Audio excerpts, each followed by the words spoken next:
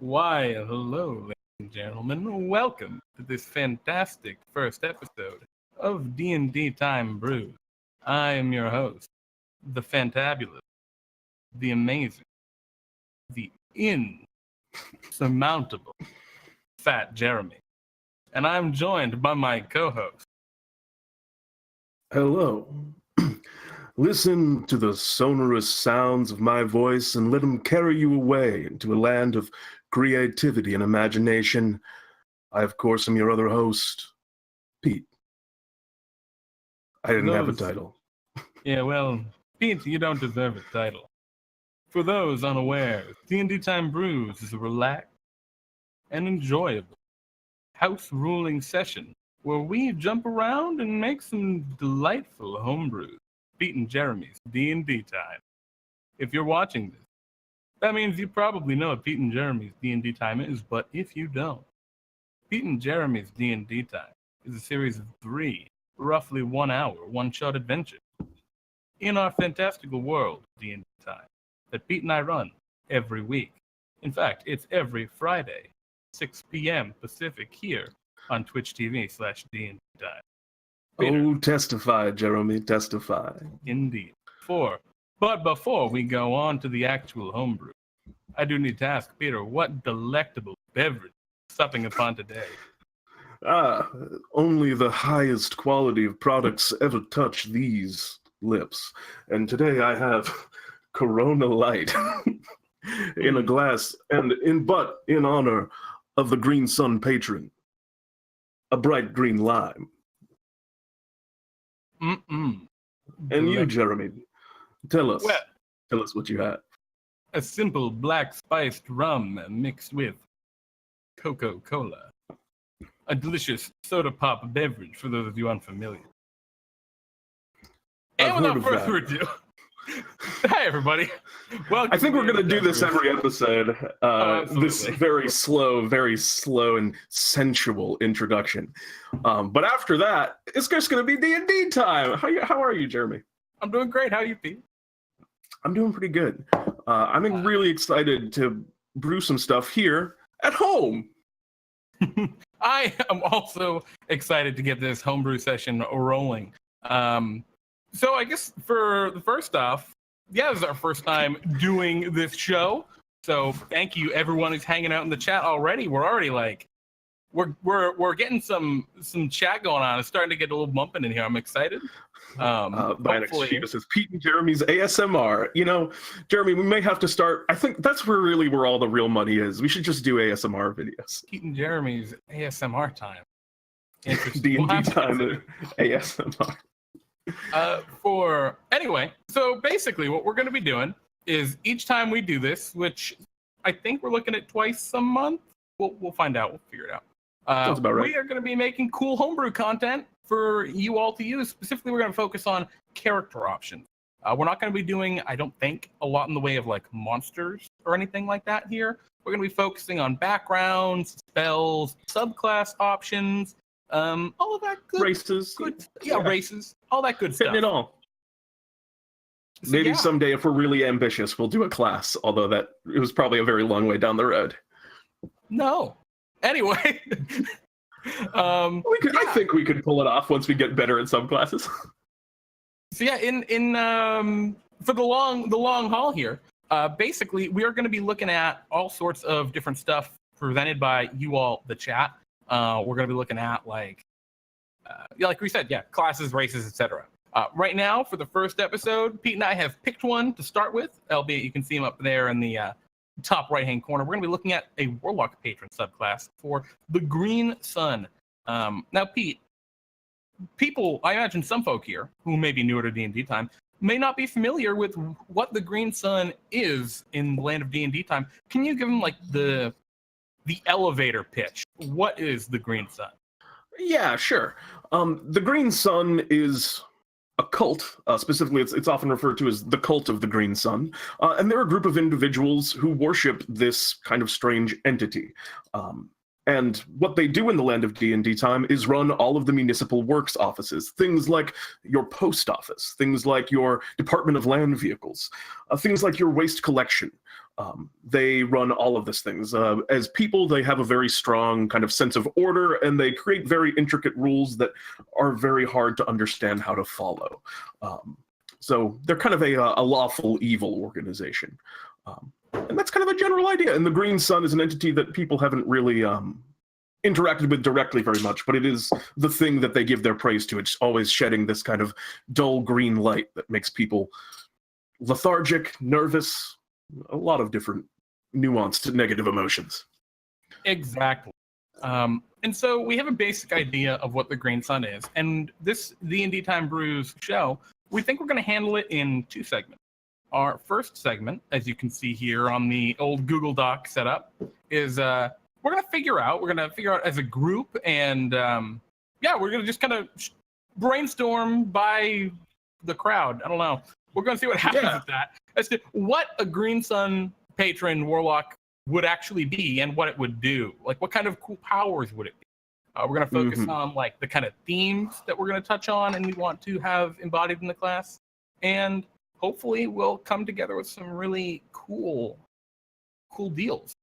Yeah, and as we're beginning here, we're not going to be focusing too heavily on the actual mechanics. We're just going to come up with, it's just going to be ideas. So if you have, if you're playing along with chat, we'd rather you not like hit us with things like, what if they could do 2d8 damage on an attack? But more things like, what if they could do a cool thing where they mail a letter to an individual? I'm sure that your ideas will be better than that one, but that's the general gist of where we're starting out, at least what I think we'll be looking for. Yeah, basically just cool thematic ideas, things that are flavorful, that maybe can be executed and mechanically a little later on. So we're gonna do this big brainstorming session. We're gonna try not to filter too much out of it unless it's totally off the theme that we're kind of working on, which in this case is bureaucracy and order. Indeed. Which is interesting, a order subclass for the Warlock. That's something that really does not exist. So that's kind of why we want to do it, right? Cool. When we're building a subclass, when we make a new one specifically, it's really important to think about, like, has this already been done? And the Green Sun is like an eldritch entity, right? It's some sort of eldritch cult. And so people think, well, the Great Old One. Well, the Great Old One doesn't really focus on this order kind of theme. And so that's why we feel it's relevant and necessary to build this. So yeah, without further ado, let's start talking about some of the original ideas or some sort of concepts. It looks like, first of all, we got Farfel in chat. The Green Sun usually leads toward evil and eldritch. Whoops. Go evil absolutely. And eldritch. Type in just kind of brainstorming ideas. Obviously, we got bureaucracy added to that. Bureaucracy. You can put, the lawful probably in that category as well. Oh yeah, lawful, super important. Maybe that'll go with bureaucracy. Yeah. There are a number of different, I think one of the major points about the Green Sun is all the different kind of utilities that they are associated with. The things like, the post office, the DLV, the Department of Land Vehicles. There's waste collection. What are some of the other ones? There's the power plant. There is, what would be the better term for that? From a power plant. We don't have to worry about it. Yeah. We got a comment in chat from Max Mike's. Wait, hold on. If the Green Sun are order, why are they also evil? That's interesting, right? Because you can be both very orderly, very defined, very lawful is the term that D&D uses, but still be evil. A great example is like devils tend to be very lawful. So maybe we want to throw devils on here. Maybe it's some kind of idea in the future. Yugolos are other lawful creatures. So we'll just throw them on there. Maybe something will happen, maybe it won't. Because it's bureaucracy. Yes, bureaucracy is inherently lawful evil. And yeah, Max, exactly. Forcing control over. Yep, exactly. So what else can we kind of toss on here? Maybe we can brainstorm some more ideas. Feel free. They play around a lot with. I was gonna say they play around a lot with that kind of horror aspect. This this sort of horror in a very it's almost a comical sort of horror. Yeah, that Lovecraftian vibe. Lovecraftian, yeah. So I added Lovecraftian on there, horror. What else? Oh, lawyers. Ooh, I like this. Yep. The very stereotypical lawyer idea. That might be a really cool idea to incorporate into the subclass. Let's see, enforcing control over. That's a neat idea. Yep. Forcing rules. Control. I think rules are absolutely a big part of the cult, and then rules in such a manner that they are impossible to understand. Confusion. So inscrutable. Inscrutability is a very important part, I think, of the Green Sun cult. Criminals, I need a good lawyer. Looks to Green Sun Warlock. Perfect, you're hired. That might be an interesting kind of idea. And part of this, going on this inscrutable kind of feel, maybe we want to get something a little more meta. Maybe like there will be like a rules lawyer kind of vibe to that to some degree. I don't know. That's an interesting kind of idea. Yeah, I would love to see maybe an ability that worked with like paperwork, having to like sign things in triplicate. Limitations on abilities perhaps that required them to go through, jumping through hoops in order to use some stuff. I think is something that fits well. It'd be super cool, right? If at some point in this class we actually stole an ability straight from monsters in Dungeons and Dragons, we took the recharge that maybe has to do with paperwork. You fill out the paperwork and then you can recharge your thing at some point later. That's a cool idea. That's a cool idea. That would be neat. Green Sun Warlocks love money. It's not that's necessarily the case, but I'll put it on here. Maybe we can have something with money. Maybe that's maybe the money subclass someday would be the Bartholomew subclass. In triplicate, in triplicate's the classic. You gotta have that in there somewhere. Absolutely. Notarized. I don't know if we need to go so far to notarize. Nice blunder. One of the second Tuesday, a third Wednesday between 1 and 1:15 p.m. And you need to have your numbers pre-selected. Green is also connected with life. All right. Cool. Maybe we can have something that maybe they have some sort of minor healing ability or something that could be somewhat related to it. I think another kind of big part of the Green Sun is their overarching goal, which is to kind of one of the main things that the Green Sun does, and the reason that their all of their different stations are so labyrinthine and Lovecraftian and horrible is because they seek to make people uncomfortable as part of kind of their lore. The Green Sun is empowered by that energy. So I think somewhere in that lore there should be abilities that facilitate the ability to do that. Okay. I love from Bionic, all requests to the patron must be submitted in writing and will be answered in 5 to 8 business days. Interesting, but I'm not sure if that's necessarily a DnDTime feature. Yeah, I don't know how we could work that in. I'm gonna put 5 to 8 business days on there. Yeah, it's very funny though. Let's see. We had some ideas about paint in there. I'll write it down, but I'm not sure paint is really the direction we're necessarily going. Well, maybe like dripping running paint might be a cool idea. Yeah.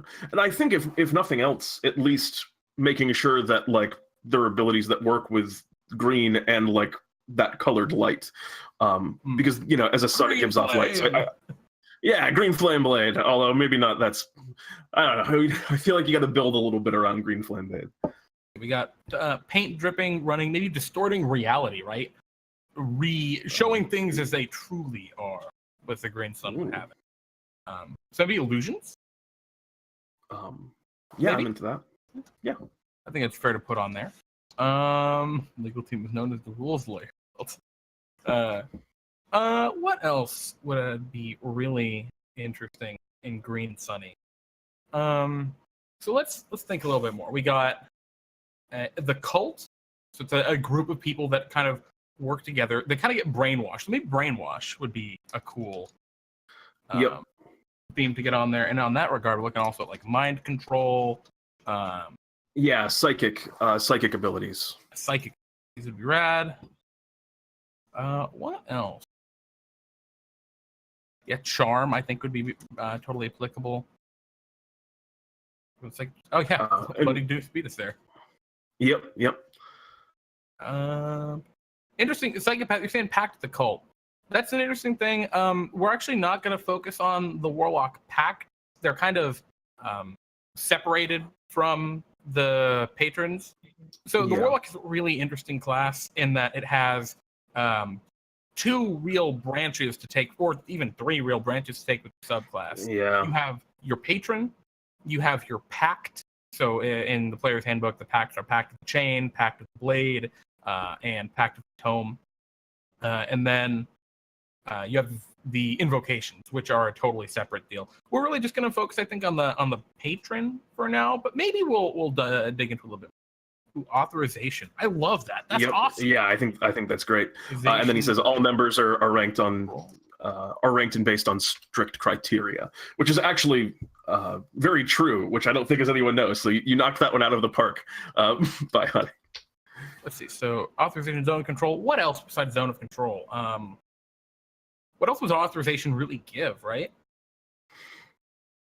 Maybe this like gives us some ideas for spells, like Hallow. I know has some cool. I'm gonna put Hallow spell down there. Smart. And even if it's just something that's in the flavor of some of the spells, because I can imagine the Green Sun, you have to, it's getting kind of new powers and leveling up, and your Warlock Patron is probably more like, asking permission and getting like promotions through the interior of kind of working among these like different municipal buildings and. Let's see. We got command that was named. I don't think I'm actually going to put too many spells on here because there is going to be a section in a little bit where we actually talk about cool spells and brainstorm a ton of them. I just wanted to put Hallow here because it's a little weird. It's a little bit of a funky spell. It's not often used, and it really fits that authorization feel. Green flame, like a flame mantle. That might not be too bad. Maybe there's some sun themes that we can put into here. Yes, I did want to just put, including light, some ability to light things up with green light seems very fitting. What else besides light? Aging. Aging has been a common theme in some of the Green Sun adventures we've noticed. It has. Where heroes can be unnaturally aged by some of the impact. Tentacles. That might be cool. Tentacles. Yeah, we're getting to that Lovecraftian feel. Lovecraftian tentacles. There's been some very abomination, aberration type activity in a lot of the Green Sun. What else is super Green Sun? I know I have run a Green Sun cultist like a single time, I think, in one of my adventures. It was fairly recently. It was at the shore where it was little hobbits with their big wave, and I had one of the Green Sun cultists summon a horrible aberrant creature. So maybe summoning to some degree. Yeah, I think that's. I know we don't like a ton of summoning here in late D&D time, but I think there are some ways that we could make it special. Yeah, I think we could make it work for D&D time because I mean we could. Oh, well, we'll get into that once we get into it. But illithids, beholders, other aberrations. But I think you can get the spirit of summoning without the burden of having extra things to control. Exact. Maybe it can summon like a beholder or something like that, which isn't really summoning, but like open a portal or whatever. How big are portals, Pete, or extra dimensionality? Pretty big, yeah. To a degree, yeah. They touch on it. They touch on a lot of different kind of aspects, and I think there could be some options to maybe tie those. Maybe we could do sort of a at some point once we get into more of the nitty gritty, maybe a barbarian style thing where there's a few different categories depending on like what branch of the Green Sun cult you work on. I want to just point out right now, awesome suggestion. Sorry to interrupt, Pete, from Xander in the chat. Maybe an ability to turn the sun green. Oh, that'd be a radical. That sounds like a capstone to me. I mean, maybe not even. That could, depending on how we worked it, that could even be like the core feature. That could be a ton of different stuff. Scale. Yeah, I think that's a really cool idea. I super dig it. Let's see. What else? Well, magic, right? They're a very intrinsically magical group. So maybe like magic, understanding magic, manipulating magic stuff. For some, some potential ribbons, things like proficiencies in particular skills or proficiencies in, penmanship, something about like their penmanship and just excellent handwriting. I feel like every Green Sun cultist has perfect handwriting. Can short range teleport objects? I had a really cool idea about that actually, Max. Saying can short range teleport objects. Focusing really back on that order kind of focus we're going for in that law. Maybe they can like mass reposition things like as a feature, right? Maybe one of their abilities can be to like teleport everyone around. Very similarly to like the what is it called? Scatter spell? The spell Scatter, 6th level from... I'm very much a fan of that spell. I used it last D&D Time Delves, if you were watching that. I certainly. That was a goofy spell. I think also on the subject we touched on rules, I think, to a degree. But I think there could be a cool aspect where the Green Sun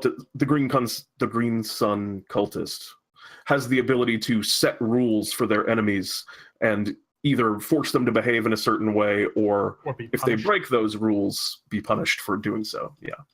Okay, cool. So let's actually go back to where I have. Punish those who do not follow. Y'all are getting in too far for patrons.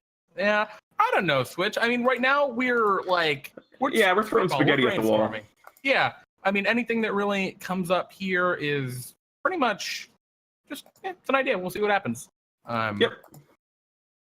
Colder. What else do we got here? Fire or creates light that is always. I think this fire concept kind of coming back up. I think it makes a ton of sense. So maybe we'll put fire down there. As something we look at in the future. What else? Patrons get stuff at 1-6. Yeah, we're aware of when patrons get stuff switched. We're gonna jump down to that. I have more stuff down here. We're gonna be really like going through and doing up the mechanics right before we're done. Yeah, right now we're just kind of spitballing. Were y'all thinking of maybe a pack? No, I don't think we needed to really go so far as a pack feature. I think the pack is kind of divorced from the patron. Obviously, there are certain ones that are super connected. Like in Xanathar's, there's the Pact of the Pact of the Blade in the player's handbook, and the Blade Lock. What the hell is it called? The Hexblade. Hexblade. Yes.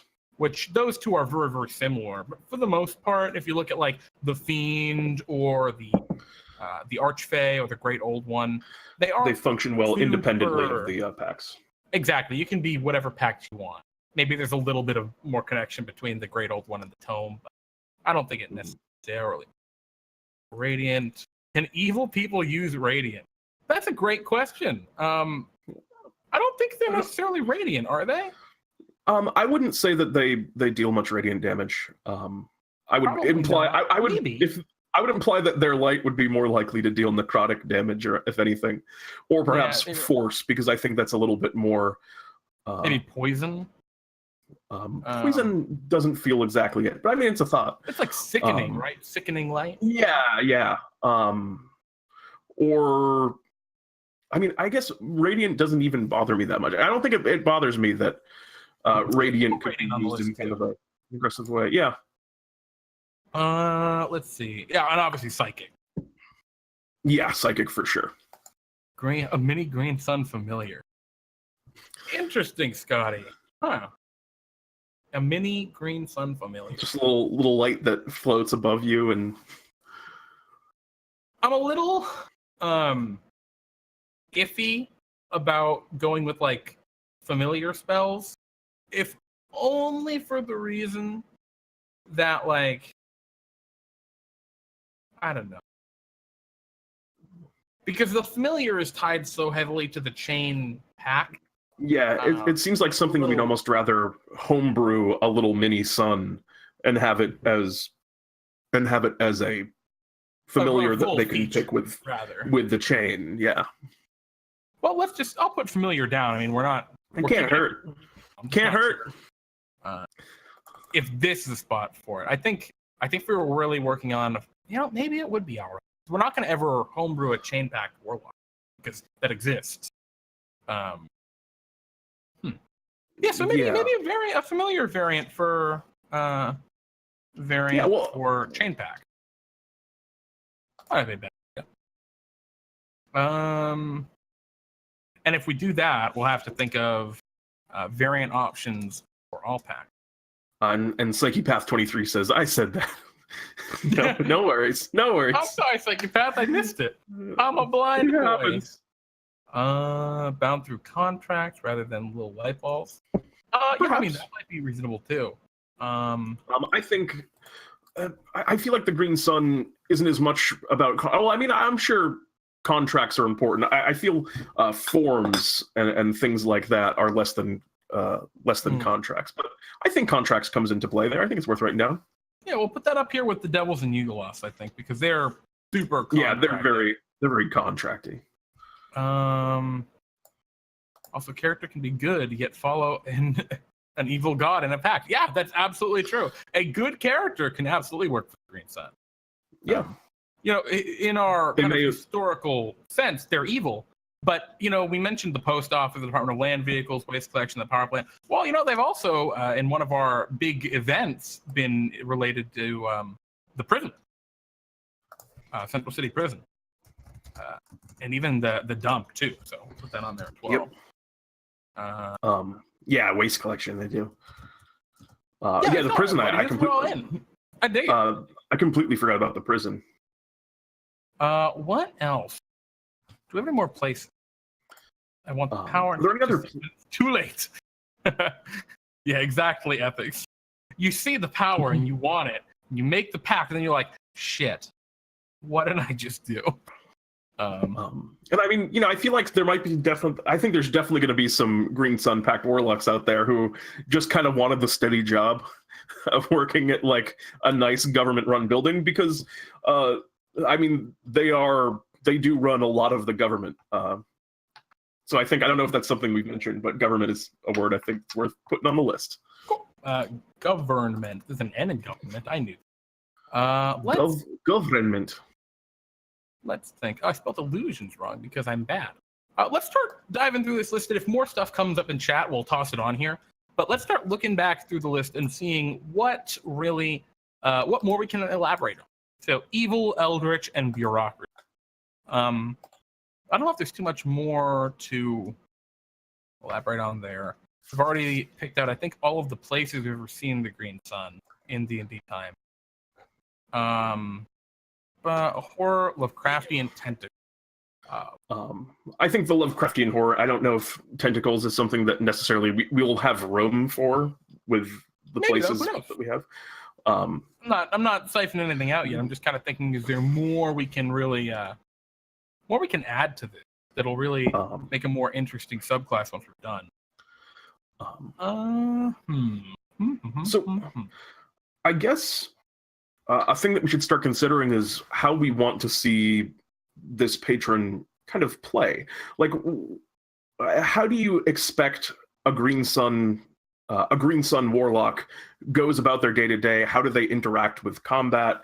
Like, what kind of style do they bring to the table? Are they going for this kind of controlling style that I think we have a lot of things on here that work with that?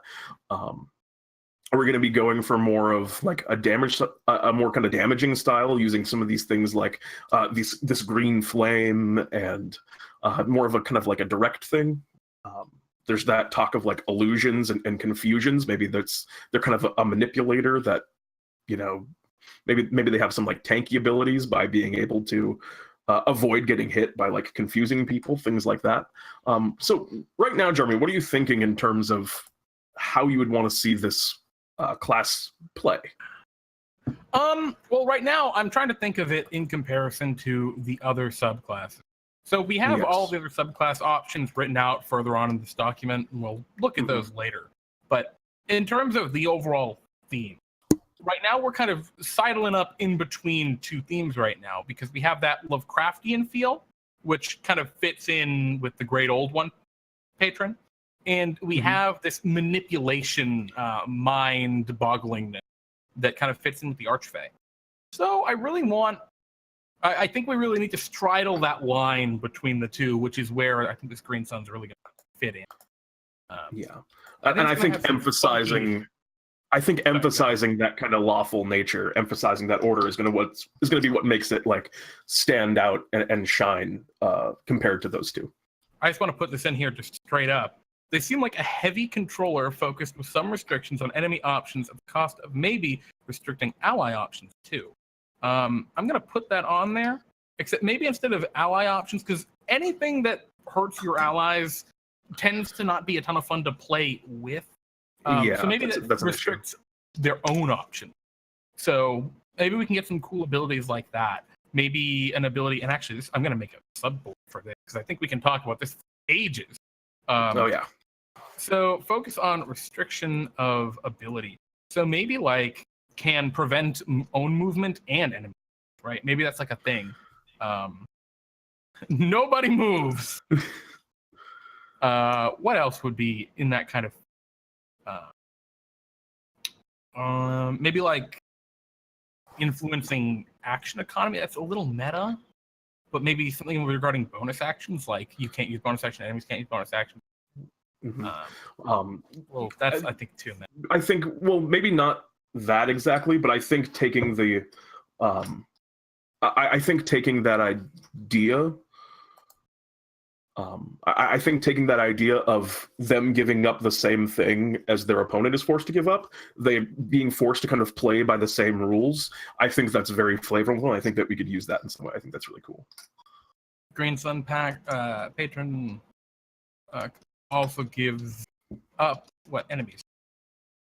I dig that a lot. Yeah, I think that's really good. Let's see some more stuff in chat. Big control punishment style. Yep. Government style. Those who refuse to attack by a monster. Yeah, I mean that's kind of what we're already looking at. I dig it. Green rings that harness the power of the green sun. Gotta recharge them. I'm not sure about that one, Xandero. I think that was a meme. I thought so too, but one positive. Let's see. We're looking at Hunger of Hadar Tentacles from Ethics 215. By the way, welcome to DnDTime Ethics 215. I'm not sure I've seen you around here. Oh, yes. Thanks for joining us. It's great to see you. But yeah, I like that. More like good hosting there, Jeremy. I try real hard. I'm trying to be a good Twitch person. That's the right word. A good Twitchman. Hadar tentacles. I dig that. Maybe we can do like a lot with these tentacle options, or these really aberrant kind of things. But the problem with a lot of aberrations, right, is most aberrations are very chaotic in nature, and yet our green sun is inherent on this bureaucracy. Yes. But they seem to like control these creatures. And it's kind of a bit of control. I think maybe it's almost got that sort of that old aberration, like that aberration that's been alive for a very long time. Sort of your aboleth vibe. I'm not sure if aboleths are inherently lawful, but they've always kind of felt lawful, if anything else, to me. So we're looking at like eldritch and bureaucracy, right? More on that bureaucracy. Yeah. Maybe we want to talk about like the underlying order. There's method to my madness, right? The order that lies beyond the chaos. To someone uninitiated, it seems chaotic, but to the green sun, there is a particular order and reason for everything. Data, can you please not be on my desk, buddy? Come on, get down, bud. I think there's definitely an aspect to the green sun where the people who are patrons of the green sun are expected to kind of obey without understanding. Obey without... that's actually really interesting, right? Maybe we can have some sort of like, I don't want to say divine guidance. It's not divine, but maybe some sort of guidance. Feel? Yeah, maybe. Higher power guidance. Maybe. Mind flayers are lawful. Yeah, there we go. That's the example we were looking for. Mind flayers are lawful. Mind flayers are super lawful. And so that touches a lot about psychic and stuff. So what are things do psychic things do? So we've talked a lot about like ideas and kind of themes. Well, we can start talking a little bit about kind of abilities we want to do. So maybe like mind flayers, maybe like a psychic blast kind of deal. Like we could totally do that as an ability. A telepathy, although I wouldn't want to necessarily do telepathy, at least not as a core ability, because I think that steps a little bit too much into a space that is already pretty well taken care of by the old one. What's interesting is if you look at the old one's abilities, they tend not to be very offensive, right? They're very neutral and weird. I think with the Green Sun, we're looking at heavily offensive abilities to go with this. Maybe obviously we'll have some non-offensive features as well. Yeah, but of course we'll have some stuff that's just in there for flavor, I imagine. An equivalent exchange ability. Huh. That might not be. Yeah, that's kind of what I was thinking with the with that whole like you have to undergo the same penalty that your foe does. Like, so like I think Xander was saying that with like redistributing health and stuff. That might not be a bad idea. Yeah, I think I like the flavor. If not necessarily like redistributing health, I think the idea of controlling the field in that way is cool. Cantrip, Vicious Mockery. Yeah, maybe we'll talk. When we talk about spells, generally speaking, cantrips aren't on that list, but maybe instead of that, we have a reason for them like to take something like that. I'm not sure if Vicious Mockery is on the base Warlock spell list. Maybe we can talk about like buffs to psychic abilities. Maybe psychic abilities do a little more if cast by a Green Sun. And maybe actually we do that with light too, because light is a huge theme. Maybe abilities that shed light also do something else. Maybe that would give spells like even like little cantrips, like Dancing Lights, might give it a little more versatility, a little more use. Or even, I'm a little anxious about it because the light cantrip is not concentration, but we'll figure it out. Maybe we can just so there are signet rings. I'm not sure we're necessarily in for signet, but mockery, health, it could be literally anything. Yeah, I put redistribution of health spells, etc. question mark. Sounds like the Green Sun would have some necromancy spells, bureaucratic redistribution of hit points. That's pretty good. Definitely not bad. That could be super powerful. Yeah, I mean I think that could be strong. I just like the idea. It just does feel very bureaucratic to just everyone should have the same hit point. Or almost, I guess that's almost we're moving into the territory of socialism.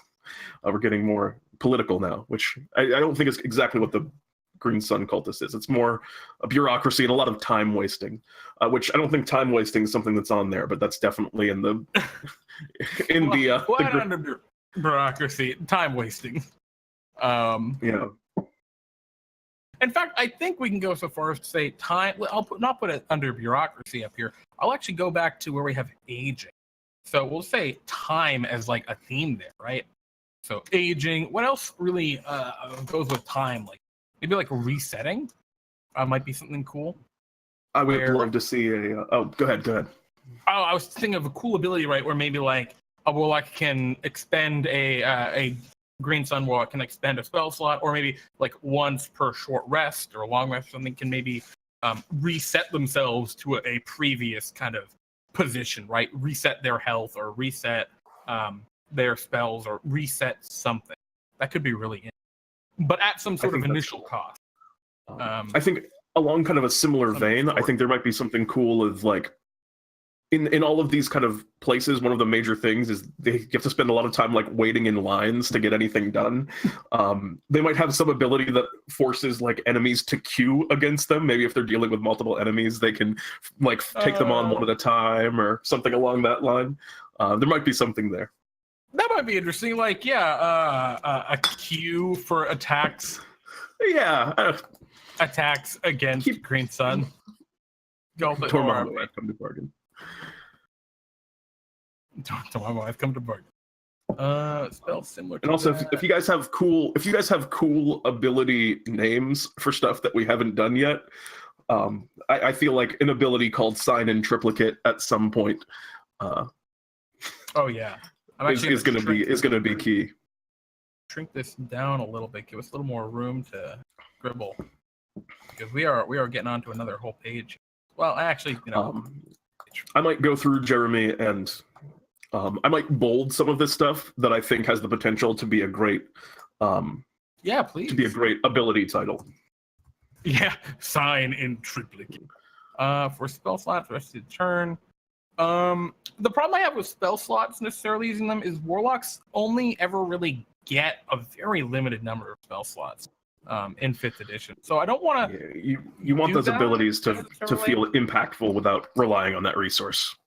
Oh, take a number. Ooh, I love that. Oh my goodness, Yeah. take a number. That sounds excellent, ethics. I love that idea. So maybe like it's a really powerful ability, but it's delayed some amount of time. Oh, cool. Ability delayed some amount of time. And I That's think excellent. take a number is another great potential ability title. This is why we're doing this as a team, chat. We need you because you're smarter than Pete and I. Oh, let's see what else we got. Vogan poetry. I'm not familiar with that. What's Vogan poetry, Avalon? Oh, I like this. Notarize. Yeah, I was looking at that too. All right, so maybe we will go with notarize. Notarize is it's just a good word to put in the mix. Based attacks. Oh, paperwork-based attacks. Maybe along that familiar line, right? We had the little green sun, like Scotty was talking about. Maybe we stick along that theme, but like you have just your bundle of animated paperwork.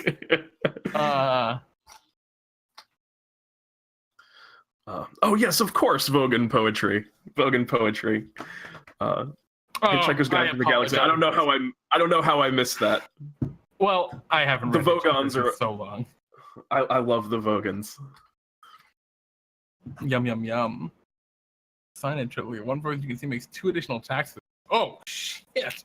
That's very powerful. That would be a very good move. So actually, interesting that you mentioned that. One of the things that we've been talking about, right, is age and time and delaying things. And one of the things you stepped on right there, Xandril, is doing things ahead of time, right? You get additional attacks that way. Mm-hmm. One of the things I'm worried about that is the obvious is you take the attacks now instead of later.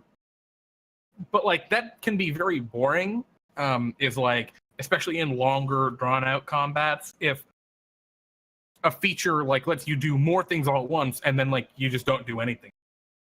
So maybe we can find like a nice middle ground for do things faster at an expense.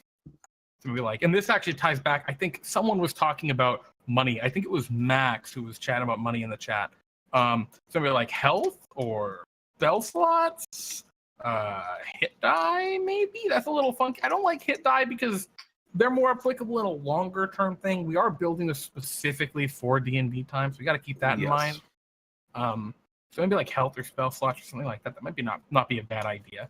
You trade an amount of health to get to do something else. Maybe they have some Modrons as well. They captured them and have them remade in a way to work as the census. I don't know about the Modrons being able to fit in enough, but I think the idea of the census is definitely something that we could work into this. I think that we haven't covered it, but Green Sun Cult would definitely take the city census in Central City. Ooh, that might not be a bad idea, Adrian P. So maybe like, well, spend a high level slot. The problem with that is Warlocks only they only have the 1 slots. Level. Maybe actually, I like this, right? Because one of the problems that Warlocks have, right, is they only have like I think it's 2 slots up until like really high levels. They get some more, but they only ever have 2 real spell slots to play with. So spells that normally don't scale with levels are a lot weaker with them. So a great example of a spell that doesn't scale with levels would be... shit, I put myself on the spot here. There are definitely spells that don't scale with levels. I think like Catapult would be one, or things like that. Yeah, 2 slots under level 11 age. So like Hex. Yeah, thank you. Perfect example of Hex. Good. Maybe like when you cast a spell that doesn't scale with your level, you get to do something else cool, like cast a cantrip as well as a bonus action. That might be a cool idea. I think keeping in with not necessarily directly like filling out paperwork, but keeping with that idea, we could maybe have something where you have to meet certain conditions before you can use like a powerful ability. Something that's kind of gated. Okay, so like gated abilities, based on arbitrary. Yeah, you Okay. can work on I what dig those it. kind of conditions might be. But So maybe that's like downing an enemy. Downing an enemy. Or what else would be a good condition for that, right? A good kind of gate. downing an enemy, Taking a certain amount of damage. and I like the idea of it almost being like a couple of different things that you have to meet, like maybe downing an enemy in a certain way, or applying some kind of condition to an enemy. Maybe once you've confused an enemy with all of your sort of green sun, just strange things that you do, your a little bit unnerving personality, you're able to apply some kind of effect to them. So that's something about beguiling. Beguiling. I've just murdered that word. You've bedeviled me. You must have your Green Sun Learner's Permit in order to get. Oh, I love this. Oh, permits.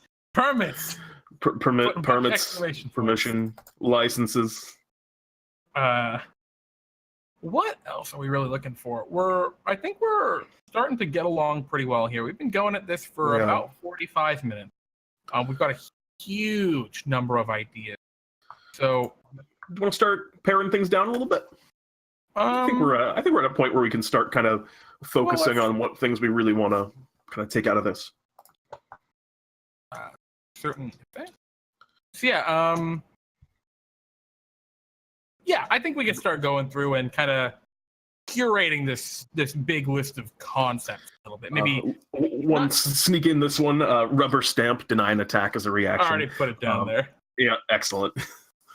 No, that might be way too powerful, but maybe not necessarily not the ability. Yeah. And then maybe you have to you have to sign in triplicate, get that recharge to get to do it again. That might be interesting. Get in. Don't forget the red tape. Ooh, I like that. Red. Oops. Oh, it would be green tape, wouldn't it? Oh, it's got to be the green tape. But it's the red tape. The red tape carries the flavor of that history, but it's the green sun. Let's start at the top. Let's start moving through. Evil, eldritch, bureaucracy, lawful. Obviously, that's something that's very important that we will need to work in. Yeah, but I think for our purposes of like trimming down the list, evil and eldritch we can probably take out because we have eldritch encompassed in other things below. Or I agree. I think the bureaucracy is the major focus, and I don't think it needs to have an evil flavor to it.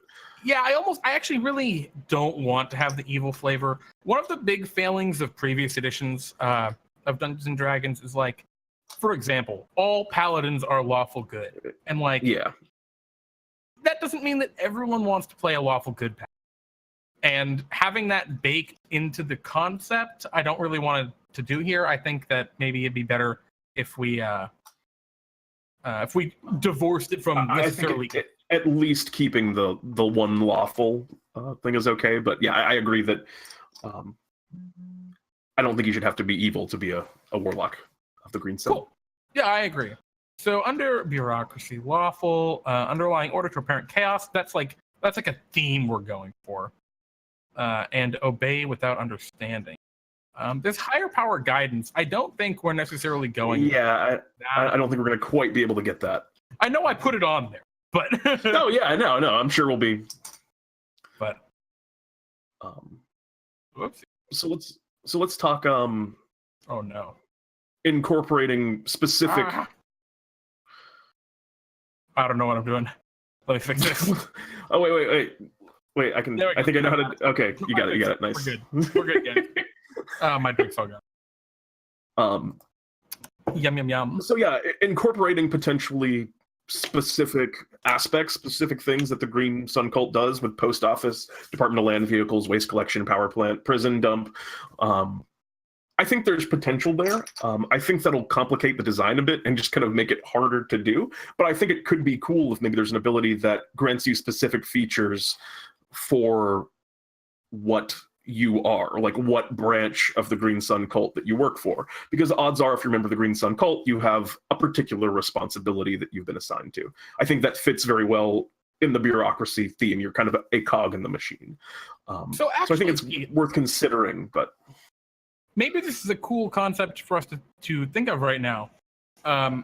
We have these different things: the post office, the Department of Land Vehicles, waste collection, power plant, prison dump. Maybe we want to come up with a separate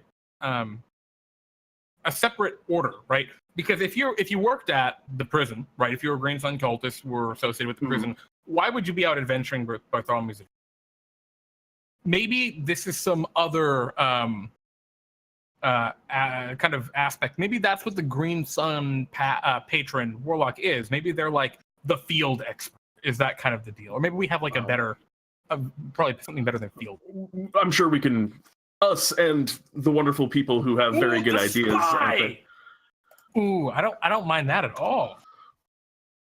I would like a version of spy that feels slightly more mundane. Quality control? Quality control feels closer to what. Yeah. Although that has a little bit more of an economic vibe to it, I think.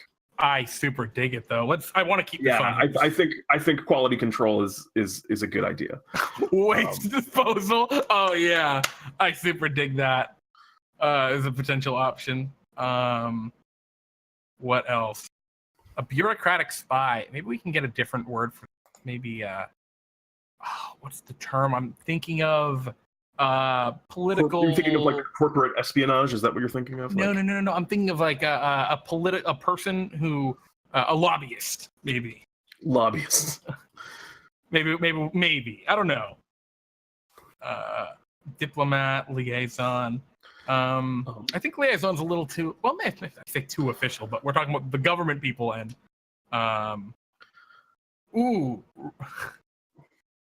representative. Hello, I'm a Green Sun representative. Oh boy, but that sounds like almost like I don't want to say sales rep because that's what I get. That almost seems secretary like. Why don't we do that besides sales rep? Because I like the idea of a rep. Like I think that being the feel. Representative is, I think, almost okay in of itself. Oh, put representative on there. Yeah, throw it in. So yeah, let's move away from that for now, and we can come back as we're kind of paring things down more. I think the Devil Yugoloth's contracts, I don't think that's something that we'll end up having room for. Yeah, I don't think so either. I was thinking about it at first. I thought that'd be really cool. Yugoloths especially, I think would be really neat here. But Yugoloths are very like mercenary, and I don't think that's the direction we're going with the Sun. And I think Devils are just they're Asmodeus. They're an entirely different deal, and they're the Fiends. So I don't know what I'm talking about. We can't do that stuff. We're talking about Ian says aberrations here. Yeah. Ian Grimm was saying, I looked at my first D&D stuff literally around a month ago, and now I'm down a rabbit hole from whence there is no return. Welcome to the rabbit hole. Welcome to the club. It's good to have you in here with us. Oh, boy. I know that feels so... it's dangerous. Jeremy, you watched me fall down that rabbit hole. Pete, I dragged your ass down that rabbit hole. That's true. Let's see. Horror, Lovecraftian tentacles. I think we stick to that. Lawyers. A little bit off, I think, because lawyers I always kind of think are more of their own kind of independent kind of research. Like I would almost be more inclined than lawyers to almost say that they would be more of a judicial aspect, but I don't think it's something that will be able to quite fit. Maybe like a consultant kind of feel. Yeah, well, you also have the Yuan Ti, and maybe a Yuan Ti warlock would. We'll get jumped to that later. All right, yeah, I think we'll drop that for now. Forcing control over other people. We've kind of stepped away with that as we've kind of brainstorm more. Yeah, I think as an idea, like we have some of that in other things that we've written later on, but in more specific, like kind of better ways. Yeah, so we'll nix that, even though we have it down here, so we have it. Horror, we've got rules and rules and regs. Yeah, we love that. I think we just want to keep that here. Just is so important. That's key. That's going to be key. Green and Sun attorneys at law. Oh boy. Inscrutable. I don't know if that's something that we'll end up having room for in the direct mechanics. I'd like to leave it up there for a little bit so that we can see if we have room for it. But the problem I have with Inscrutable is that feels very, how do I put it? It feels very old one, and I think we're stepping too far on the old one's terms when we use that word. Yeah, I'm with you. Because like the Mind Flayers, they aren't inscrutable. They have, and I think Mind Flayers are the quintessential example we're going for here on Green Sun. I imagine if you run into Green Sun, if you run into Mind Flayers and land D&D time in the future, you're probably going to have an association with the Green. I would imagine. Yeah, and I like discomfort that we get to a little bit later. I think is closer to what I would want with that anyway. So. Oh, don't you worry, Adrian. We will not be doing any money for mechanics. That was just an idea we topped down there. We plopped on. Or it was a pack type rather than a patron. Oh, yeah, and... That might not be a bad idea, Bloody Deuce, but I think that in this specific setting, these are the regulators. Oh, maybe that would be the term. Instead of up here at a regulator. I'm a Green Sun regulator. Green Sun regulator. Well, I think we'll nix money here because I don't think we want to incorporate... Inspector, maybe, on the list of things that it could be. Inspector, like health inspector, or making sure things are up to code. I can definitely see... Oh, yeah, I guess that kind of falls into quality control. Yeah, I'm a regulator with quality control. Like, that seems spot on. Yeah, it does, for sure. Rules and regulations, yep, so... We got chat going on with talking about the money stuff that we just pulled out. I think the whole money feel is going to fit much more into our money wizard. Yeah, our money wizard, which is Bartholomew. Someday a money wizard. money. Anyway, what else do we got? And that's another thing we'd love to hear. If people just have ideas for other things from the land of D&D time that you want to hear, make sure you also mention those things, and I'll be jotting them down as we kind of go through. Oh, Pete, you are? Excellent, because I can't have that many things open right now. My screen's not big enough. And if there's good ideas that we can't quite use here, I'm keeping just a running notepad for myself. Math wizard first. Yeah, well, yeah. On the subject of math. Yeah, we won't math. I think if you're a math wizard, then you're a gnome. If you're a math sorcerer, then you're a goblin. Yeah, trash druid. Circle of trash druid is definitely on the list. Yep, trash druid is high up. Let's stay on top. Yeah, not to move too far away. Because I think next week, throughout the week, I'm gonna do a kind of casual stream, or maybe one of us will do a casual stream where we just kind of jump on and brainstorm ideas for future brews. Yeah, that people want to see. So Horror of Crafting Tentacles. I think that paperwork. we have. Oh yeah, sorry. Paperwork. I think that's awesome. We'll keep it right on there. Yep. The tentacles, I just don't think are going to end up fitting in. I'm just going to cut that now. Oh wait, I'm sorry, I ruined everything. It's all better. Okay. Green equals life. I just don't think there's room to fit in the life theme. I think the way we'd fit in the life theme is through like payment, right? You pay life to get this effect, or maybe you are reset to a form where time, like we talked about some cool features with that. So I think at least not life in a kind of positive sense. Yeah, I think healing's kind of off our wheelhouse. Order repositioning of characters. I personally really like that. I want to stick it on there. I think so too. Green flame. I think we can remove that word, but realize that your fire and your light's going to be green. Yeah, anytime there's any light. I think discomfort. Discomfort's the theme we're going for. Yep, 5 to 8 business days. Keep it on there just so we remember the phrasing. Paint dripping, running, destroying reality illusions. I don't think illusions are quite on the thing. Yeah, I don't think illusions are quite, but I think the whole distorting reality feel might be. Yeah. I think can we just pare that down to distorting reality? I kind of want to keep the whole paint idea on there because I think that's a very evocative kind of. Yeah, it's definitely cool. Reality around you drips as though melting, as though running paint. Yeah. And okay, I dig. Might be cool. All right, let's see. Order, Comfort. Where are we? Brainwash, mind control, psychic abilities, charm. I think it's worth keeping on there. Yeah. I think psychic abilities have always been kind of a major part of what the Green Sun does. I think charm. If you've ever encountered I agree there. If you ever encountered a Green Sun cultist in a game of DnDTime that I was running, you would know that they all, or you probably wouldn't know because no one does it, but they all had resistance to psychic damage. So maybe that's a feature, actually. Yeah, I mean, it's just something to put. Yeah, just throw that in there just as a. Maybe that's something we move away from, but that was traditionally something that they had. I think it's cool.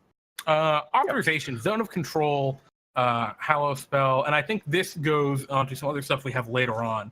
So I'm going to just copy and paste it down here when we talk about restriction. Wax seal. I think the wax seal. We eventually get rubber stamp.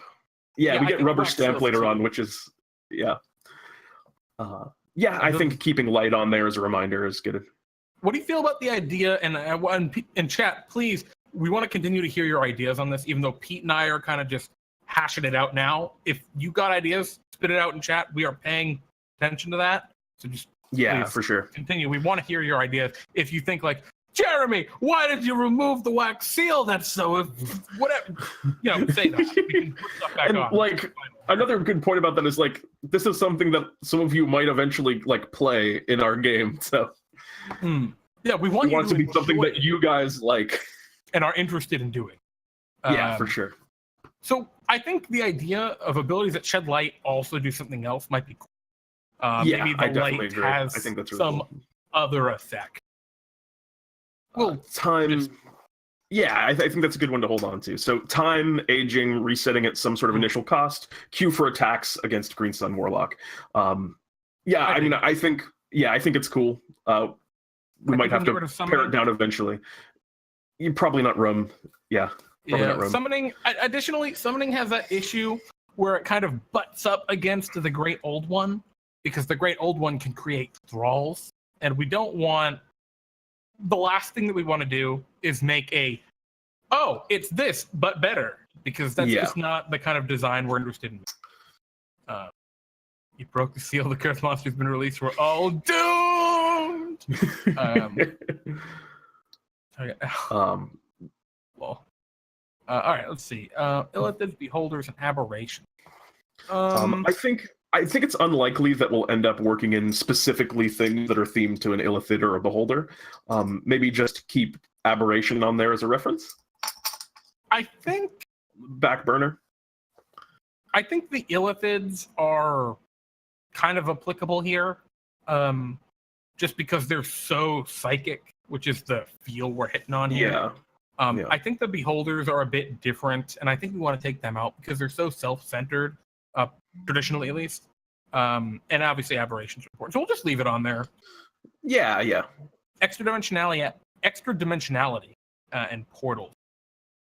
I like it, but again, I just don't know if it's something that will end up having time to fit, because that's one of the things. I think I talked about this a little bit, but one of the things is I would really like to create something that feels cohesive, to have kind of like one theme where all the abilities feel like they are extensions of that kind of thing. And I think portals might end up getting a little bit kind of wonky.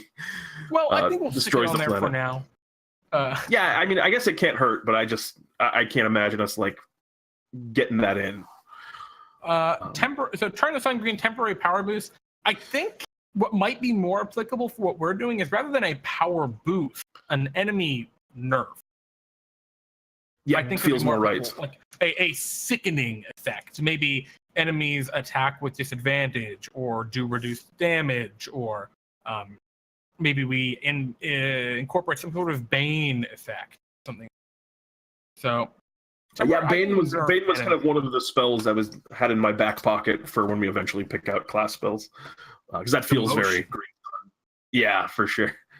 Oh, demotion. Yeah. On here? Put the word on. I don't know. Yeah. We have to think about it a little. Throw the word in. Yeah, we'll throw the word on there because it's so on point. Yeah. So maybe demotion / promotion. That's interesting. Yeah, I think so too. Magic, I mean, yes, absolutely, but I just don't know if we need it on here. I think we'll remember. Yeah, I mean, it's more than that. Like when I was writing Understanding of Magic, Manipulating Magic, I was thinking stuff like detect magic or dispel magic, and I'm not sure that's really what we're going for with. Yeah, they're not super arcane, I don't think. Yeah, so I think we'll mix that for now. Reposition. I think that's really reordering. cool. Yeah, I like the fact that we can call it reorder or something along those lines. Yep. Might be interesting. So Bane is strictly worse than worse. Well, you're right, Adrian. Unless it affects everyone in the area. True. It could be a buffed. Could be a buffed Bane. Let's see. Fire, necrotic, radiant, force, psychic. I think we're really cut it down radiant to like or fire. psychic. Yeah, I think fire, radiant, and psychic are what you're really looking for here. Yeah, I'm into that. So I think we can just say fire, radiant, and psychic. I'm hesitant to use force because for me, force feels so arcane that tying it onto some eldritch thing. I'm obviously eldritch. Yeah, it's not. So. I agree. It's not quite right. But we're not eldritch. Familiar variant for chain packs. You merely adopted the green show. I was born. Pretty good. Pretty good switch. Familiar variant. Probably not something we're going to end up having time for. Yeah, this would be just because that would be like a whole nother thing. I'll put that on my list of things to do. Yeah, variant familiars for chain packs would be just an awesome option. And I think that could fit under so many different kind of banners. The Green Sun, the Great Big Cloud, a whole bunch of stuff. Government, this is a field we've already hit on, I think, with bureaucracy. I don't think we need the word on there. Authorization / zone of control. I super dig this. Yep. I don't know how we're going to how we're going to work with this. Maybe it'll be a radius around. So actually, I'll put that on there. Influence reality around the world. I think that's really cool. Having it be like a radius makes it a lot more usable for what do you call it? Theater of the mind kind of games like DnDTime. Mm-hmm. If we made it like an area that you pick that's not just around you, that gets a little wonky in DnDTime or in any flavor of the mind kind of game. So I think having it be a radius around the Warlock could be really cool, and I think it's influencing reality. Some aura stuff. I would also be into like maybe like an aura of discomfort, like people who are too close to you are just weirded out by it. Yeah, hunger. Yeah, Hunger of Adar tentacle stuff. Probably not. We already did tentacle up above. I think maybe we can think about Hunger of Adar as like as a spell option. Yeah, but I think they are. Oh yeah, I think so too. Actually, because it's just an expanded option. Anyway, yeah, just guarantees that you have that pick.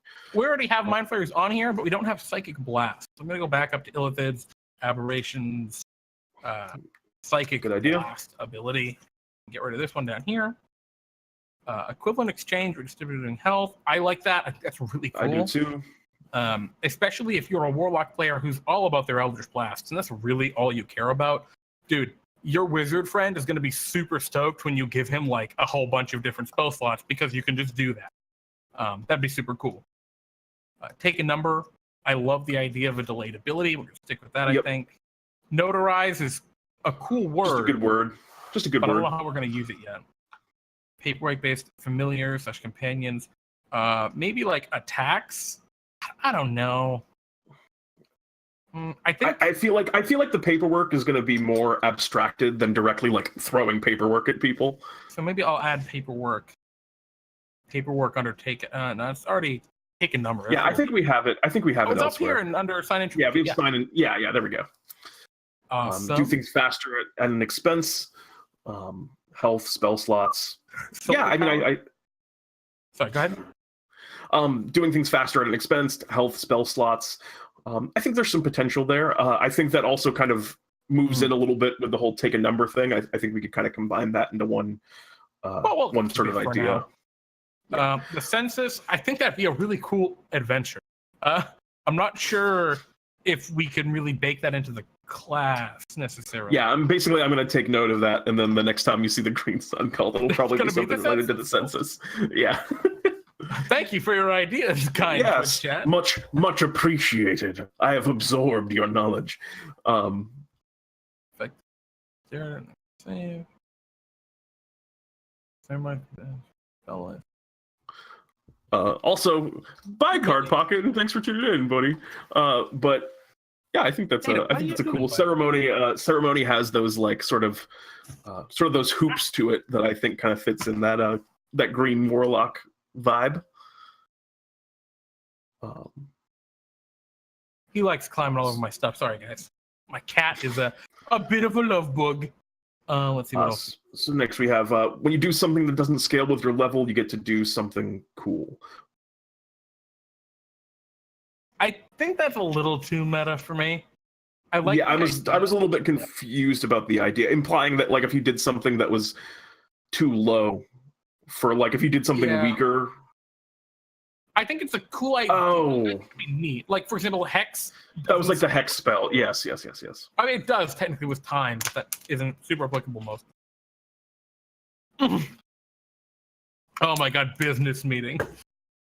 I think that's awesome, but I don't think business meeting is really what we're hitting on with these guys. It's like we're gonna get rid of that. Yeah. Gated abilities based on arbitrary conditions. That might be okay, but I worry. Yeah, I think there's potential there.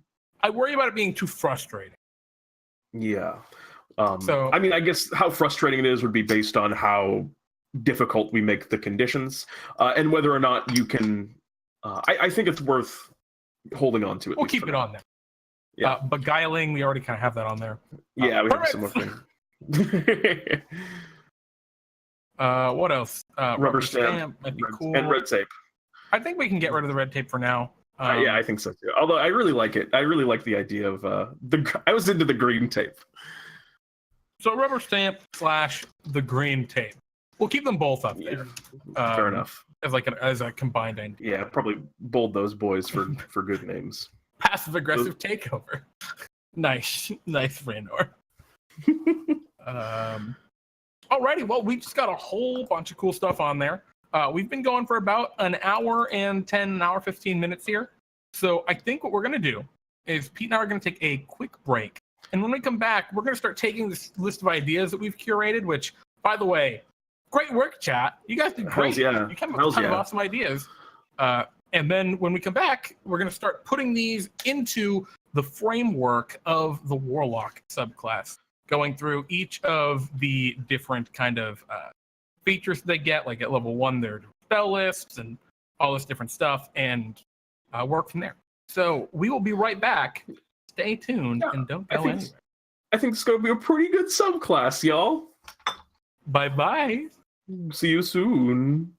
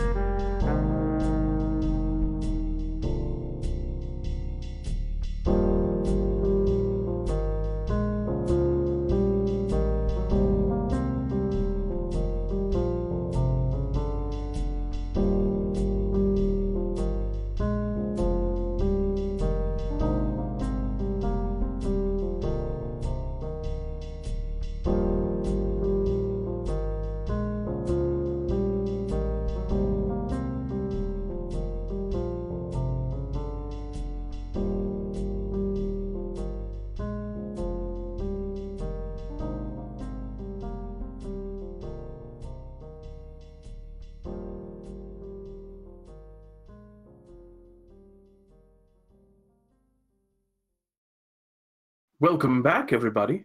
Well, hello, everyone. Welcome back to DnDTime Brews. I hope you all had a wonderful break. I certainly did. My break was fairly uneventful. I can Pete, see, what you can did hear you by do the over tone of your my break? voice. Over my break, I ran to the bathroom. That's what I did. What a crazy coincidence. Jeremy, you can tell that I'm starting to get a little bit more into the spirit of the Green Sun Warlock. My voice is becoming very normal. Very boring. I get it. All right. Well, awesome. We're doing pretty good so far, everyone.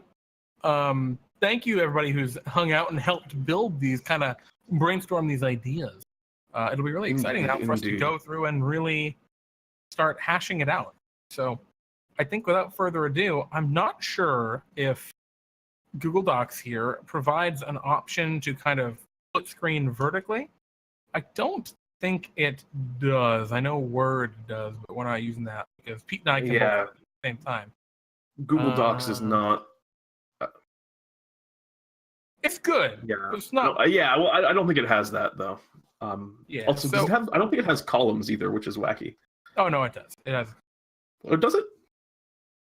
It's under format column.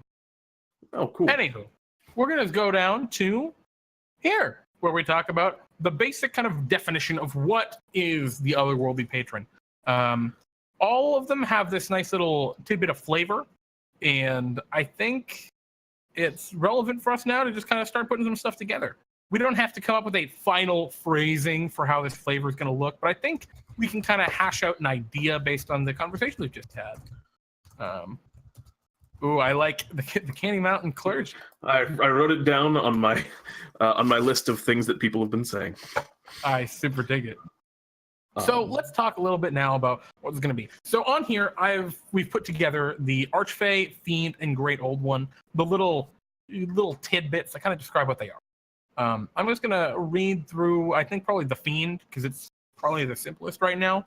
It is, you have made your patron is a fiend from the lower planes of existence, a being whose aims are evil, even if you strive against those aims. Such beings desire the corruption or destruction of all things, ultimately including you.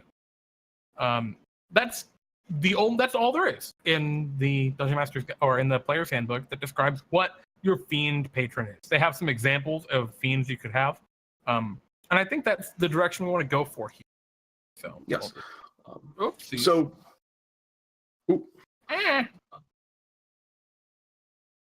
So the Green Sun. So what is the Green Sun? Well, let's look what we got. The Green Sun is the Green Sun, less than a kind of a being. It's probably a. Now, do we want to leave this? I guess there's also a question: is do we want to leave the patron as an option kind of open? Like, could there be a bunch of different Green Sun patrons, or is the patron, generally speaking, going to be the Green Sun? That's a great or point. Would like a high level member of the Green Sun be able to bestow these powers onto someone? Personally, I think it might be good to have it be the Green Sun, since it's only going to be used in the context of D&D time. Well, the reason I actually argued the exact opposite, and I think maybe the chat's got this too, like as a company, right? So we're talking about, we have all these different groups here: the post office, the Department of Land Vehicles, waste collection, the power plant, the dump, the prison, etc. And we have some other ideas like quality control, waste disposal, lobbyist representative.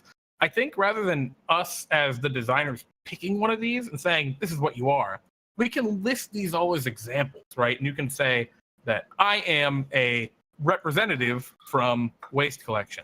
I am quality control from the dump. I think that might be a cool idea. So a branch of the Green. So, what is your patron? Your patron is a bureaucratic body consisting of several, and this is not anywhere near final text here. I'm just hashing something rough out that will change. But a bureaucratic body consisting of several branches. Bent on what is it? What are they bent on? What's their main goal, right? Their goal their actual goal is to kind of spread discomfort. Imposing order, spreading discomfort. As that fuels the Green Sun's power. I love that we get to put throughout the world of DnDTime in this. Yeah, I like it too, because that's what we're building this for. We're not building this for like your homebrew adventure. The abilities that we build later on are going to be specifically made with DnDTime in mind, being 1 hour short-term adventure. They aren't necessarily going to be appropriate for, you know, long-term campaigns or multi-session dungeon crawl. Umbrella Corporation. I like this. Yeah. Bureaucratic fight. Several branches bent in imposing order and spreading discomfort throughout the world of DnDTime. What else do we have for these? I think we need to. Go ahead.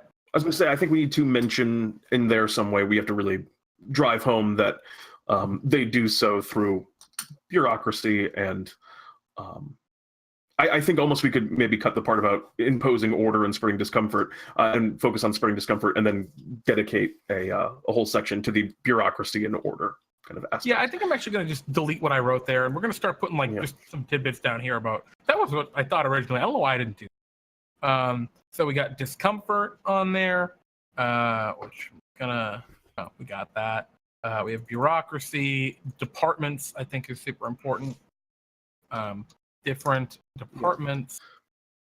What else? A lot of people have been talking company. I think company's a little bit off from what we were kind of off from what the theme is. Yeah, less economic and more political, I suppose. A little bit, yeah. Governing. Maybe we like governing. Psychic. I think that's about all we really need to go on. Maybe this is where we put the green tape. Right, we put the phrase "the green tape" in this description. Perhaps, yes. So I think we've pretty much hit on all these abilities we were talking about before. It's some sort of self. Isn't it a weird hybrid of a company and a government? Yeah, I think that's a pretty good way of looking at it, Blood Deuce. Yeah, it's all socialized. Yeah. This is not, by the way, a political commentary on socialism. Yes. This is simply a eldritch entity we have created for the land of DnDTime. Yeah. Maybe a political commentary on bureaucracy. Yeah. Maybe a bit there, but no, I think it's certainly that. Yeah. So let's see. Let's look at the Great Old One, because I think we're kind of. I read the Fiend before, but really, like we said before, we're kind of a halfway between the Archfey and the Great Old One in terms of what we're going to do with these. So the Great Old One is a mysterious entity whose nature is utterly foreign to the fabric of reality. It might come from the far realms, space beyond reality, or it could be one of the elder gods known only in legend. Its motives are incomprehensible to mortals, and its knowledge so immense and ancient that even the greatest libraries pale in comparison to the vast secrets hold. Cool. So, maybe it's worth. I was going to say maybe it's worth going specific to general. Maybe it's worth talking about what the Green Sun itself is, and then moving down to like the bureaucracy of it and all the different kind of packs and all the different sort of branches of the bureaucracy, and then moving down to the more specific on what they're kind of trying to do. So, what if we start it like this? Your patron is an inscrutable entity known only as the Green Sun.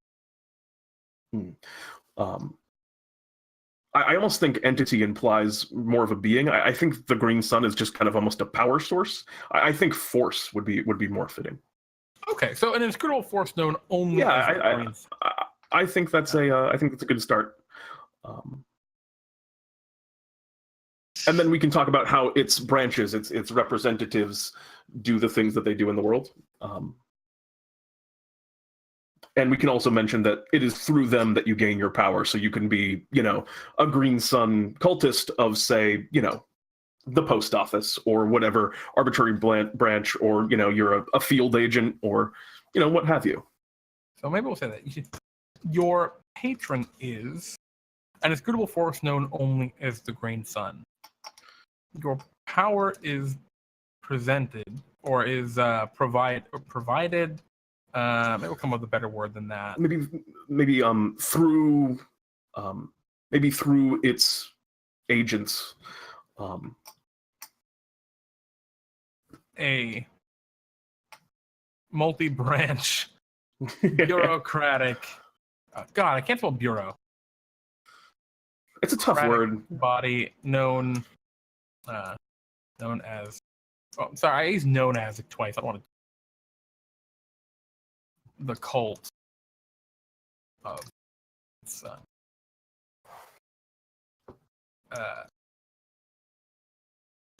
The cult strives to spread discomfort and warp reality, which empowers the Green Sun. And then we can say like, you may be from. Oh, and actually, I said multi-branch bureaucratic body. Multi-branch bureaucratic body, which does something to something municipal works and which oversees municipalities within the land of D&D. Work. The land of D&D. There we go. Your patron is an inscrutable force known only as the Green Sun. Your power is provided through a multi-branch bureaucratic body which oversees all municipal works in the land of D&D time, the cult called the Cult of the Sun. The cult strives to spread discomfort and warp reality, which empowers the Green Sun. You may be from one of many branches, and then we can just kind of list them, right? Yeah. Including, but not limited to. Including, but not limited to. I think. Go ahead. I was going to say, I think Department of Land Vehicles Waste Collection, the post office. We didn't have the post office in here. Oh, that's weird. I feel like, the Postal Service. Yeah, better way of saying it. And I think, there's a better way of saying power plant. Too, yeah, because dump is waste collection anyway. And instead of the prison, maybe like the facility of corrections, or something along those lines. Something a little bit more, something a little bit less, I think, blunt than prison, because I feel like the Green Sun cult would flower up just about every name of every service. Yeah, what's the word? Department of Energy Resources, Blood Deuce recommends for the power plant. I think that's certainly a lot better than power plant. Yeah. Go ahead. Can you edit those as you go? Yep. I'm trying to think. What's the word? It's like penitentiary, right? Or I guess it's just correctional, right? Department of Corrections. Is that what it's called? Yeah, correctional facility is, I think. Corrections and rehabilitation. Corrections and rehabilitation. I like the idea of rehabilitation. Rehabilitation is spooky. Oh, boy. Or the Department of Rehabilitation.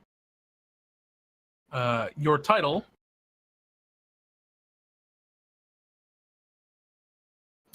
Your position may range from any. I almost think that's enough. I really want to list these ones, though. I really like them. Oh. Yeah. So let's see. One of the branches been limited to the Department of Land Vehicles, Department of Waste Collection, Postal Service, the Department of Energy Resources, the Department of Corrections, or the Department of Corrections and Rehabilitation. Your position your level within the cult. Being a field agent, Yes. you may find yourself feeling screw it. Well, we'll figure that out. You know what I'm going to do? I'm just going to put these down and here. we're going to go back. And we're going to go back through and kind of clean some of this up. Dots. Throw a dot on there. Come on. Dot. All right. There we go. Worry about that later. We got bureaucracy. We got different departments. We got covering. We didn't get psychic or the green tape. I don't know if. I don't know if we need psychic. To. Yeah. I don't know if we need the green tape in there necessarily either. I think that have the word eldritch in there at all. I think the best place to put it, if we were, would be between inscrutable and force. Inscrutable, eldritch, force known only. Yeah, I think that's good. And I don't think we need the green tape. We'll keep this dot in here. Maybe we'll come back and add something to this in the future. Yeah. Jeremy and I will probably go over this like over the course of the week as we think about it and be like, oh, what we made here was completely broken for this reason that we didn't consider. And, kind of edit through. Maybe, I don't know if it's something that you're interested in doing, Jeremy, but maybe we can talk about kind of where it ended up the next time we do this. Yeah, I think that's a great idea. The next time we do the brews, what we'll do is maybe we'll polish this up a little bit. And we can all kind of talk about, before we jump into the next thing, how we think this one went and what kind of changes we might want to make to our kind of, how do you put it, process. So anyway, I think this is good. It's a little long, so maybe we'd want to trim that down a little, but actually, it's actually not all that long because we included all of the different, branches. Yeah. Which all of these also have, a list of potential entities that I've cut out here. So I think we're good. I think we're in a good spot with that. Oh, Adrian, you have feedback right away.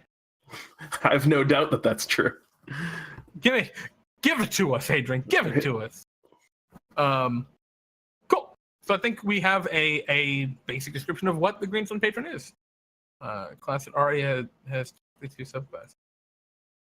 I'm not sure. Not sure what you mean by that. I think he's referring to the pack and the patron.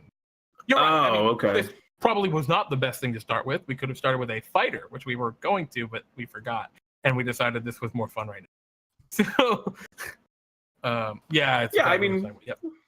Yeah. Well, a lesson learned. We're here. We're here now. Yeah. Let's move on to the spell list, so we're not wasting too much. Let's get into nitty gritty. Originally, Jeremy, you'd mentioned that you wanted to do the spell list last. Do you still feel that way? I think it's fine. It doesn't really matter to me. I was thinking the spell list is kind of the least important. Warlocks with an expanded spell list, they don't get these spells. They can choose from these spells in addition to their other warlock spells. The biggest problem with going through an extended spell list here is it involves looking at a lot of the nitty gritty, like what do the spells do? What did they say? Blah, blah, blah. I think what we can do is we can just throw... I'd rather kind of I was going to say brainstorm which spells Yeah, we had a command listed. Hallow we had listed. Scatter, but Scatter's level 6. What else was kind of thrown around in the chat? Do we have any more people down up here? Hallow. Command was mentioned at one point. Yeah, I already wrote that one down. Oh, well. Ceremony, but ceremony is a cantrip. I think. I believe ceremony is a first level spell, if I remember correctly. Well, I'll put it on here anyway. Yeah, can't hurt. Green Flame was spoken, but again, we're not really. Those are cantrips, and here's the thing: Green Flame Blade's already on the Warlock spell list. I'm pretty certain. I might be wrong. Ceremony's not a cantrip. Thank you, Adrian. Well, it's here now. Yeah. Bane. Yeah, Bane was another option that was mentioned. I think for the most part, though, most of our kind of weird eldritchy options are going to already be available in board. It's just a couple of those kind of dominate abilities. So maybe that's modify memory would be a cool one. Yep, I think that has potential. It's something that the Green Sun has done before too. Yeah, we got warding bond. I don't think warding bond necessarily. Blessing Bane. Yeah, we got Bane Bloody Deuce. We just don't have Blessing here. Is Cause Fear Warlock? It seems like it's kind of close, if not dead on. Pretty certain it's a Warlock spell. I can always look it up really quick, but I think this is kind of the least important part. Whispers? Because that's already a Warlock spell, I think. I'll put it on there anyway. I thought that was Bard only. It might be. The thing about the spell list is because this is just expanded options to pick, and not like you always have these prepared, like for example the Cleric spell list, expanded list. I think this is not super important for us right now. So, Pete, if you're cool with it, I think we can I'm fine with moving on to the first one. I think that's more fun anyway. Yeah, so let's start talking about this level 1 ability. We have 3 very different level 1 abilities on all 3 of the subclasses that currently exist in the player's handbook. Like we've mentioned in the past, we aren't really looking at Xanathar's Guide to Everything for our balancing purposes, in part because we feel like Xanathar's was a little heavy-handed in terms of the power level, but also because very cool design, but the power level is high. We want everything here to be kind of based off the player's handbook, so that we don't end up kind of like, well, Xanathar's is a little stronger, and we're going to be a little stronger as Xanathar's, and then we'll base our design off our other design. It's a little stronger. And if we err on the side of big, then yeah. So let's look at what we got. The Archfey. I'm not going to read this verbatim, but basically, the Archfey gets an ability called Fey Presence. This is one of the most directly, like, as an action, you can do a thing abilities that a Warlock can get at level 1. And it is a 10-foot cube, so at most 4 creatures directly in front of you, unless they're tiny creatures. They make a wisdom saving throw. All right, that's pretty good. And they are either frightened or charmed. So the question is, and it's only until the end of your next turn. So that's a very short duration. And now what do the charm and frighten effects do? So I wrote them down. What charm does is a charmed creature can't attack you if you've charmed it. And you have advantage on ability checks to interact socially with.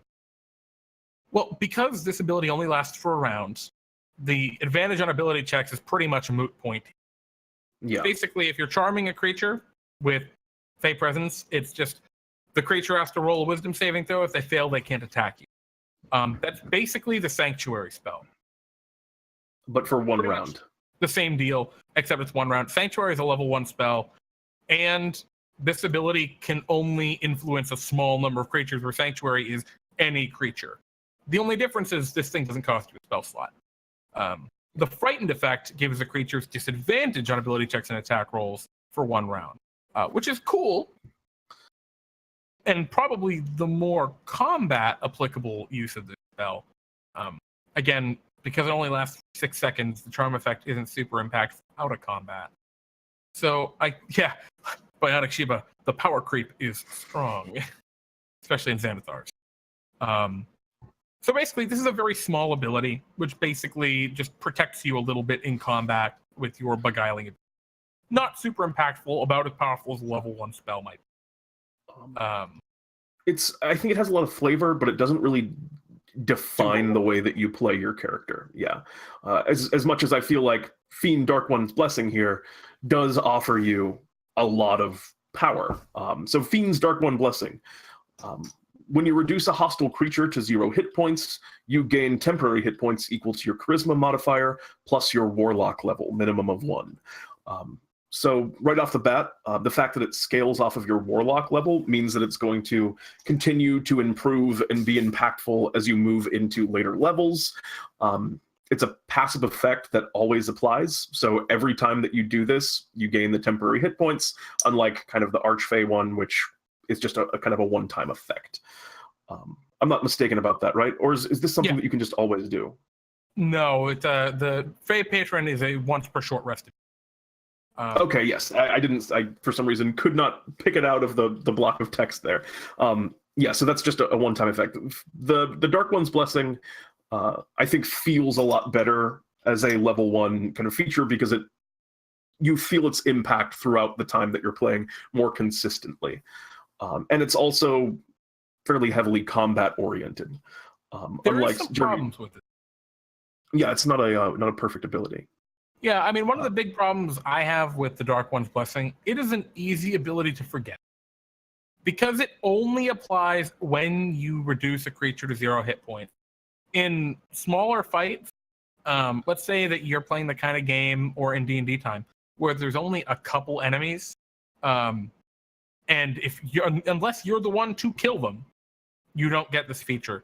And so, although it's a passive, always-on effect, it's the kind of thing that like you can just kind of forget about, which I think we want something a little more engaging than that. Yeah, exactly. Something that you have to kind of. I like an ability that requires you to kind of choose to use it. In terms of its power, I think it's actually pretty good. At level 4, assuming you're like somewhat optimized, like you've picked your ability scores correctly from a world. I say correctly, but in a effective manner. You've got a 16 or an 18 charisma. That'll put you at 7 or 8.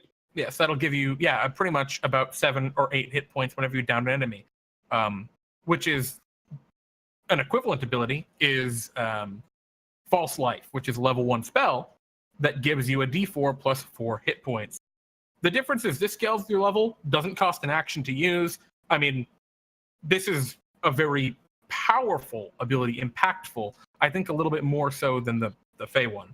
So I think that's kind of the level we're looking at, is like slightly better than a level 1 spell, but doesn't apply super often. I think the idea of Dark One's Blessing is you're not going to get this more than once or twice a short rest anyway, just because you're not going to be reducing enemies to 0 hit points all the time. So I think that potential makes it feel cooler, though.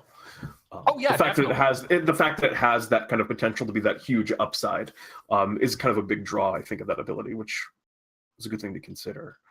Want to talk about Awakened Mind? Yeah, sure. Awakened Mind is totally different from the other two.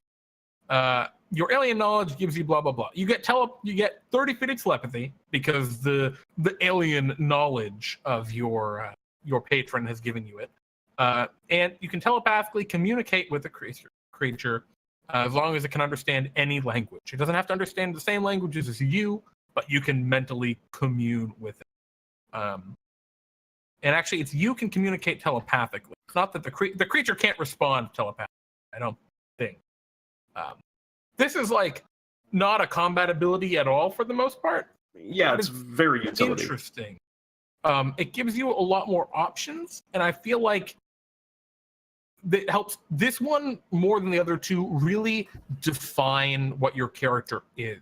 And so even if we do go with a combat ability here for the Green Sun, like Dark One's Blessing, I want it to feel more like Awakened, where it's more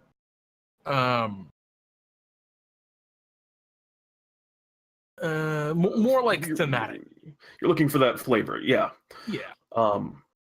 I love the little I love the caveat that you don't have to share a language with the creature, and it gives you this ability to speak with people. It lets you take this role in speaking to alien things that feels very right for the character. So we have some ideas in chat coming out, Adrian P. As an action, they can melee attack against a creature. So the problem I have right there is just making it a melee attack. I think like we don't want to pigeonhole people into melee versus ranged, I think, with this. Yes. Deal strike. I like the idea, but I think that's more. I think that would fit under something a little different than what we're kind of going for here with the greens. And you mentioned the spending action economy for the enemy to waste their turn, basically. I think that kind of gets to the idea of this kind of like equivalent exchange sort of thing where you're doing it, but I don't think it is directly by doing action economy. I don't think that like tells someone who's looking at this class. That's not like intuitive that is what the theming is, even if it kind of mechanically works out like that. I don't think the flavor quite ends up kind of working like that equivalent exchange.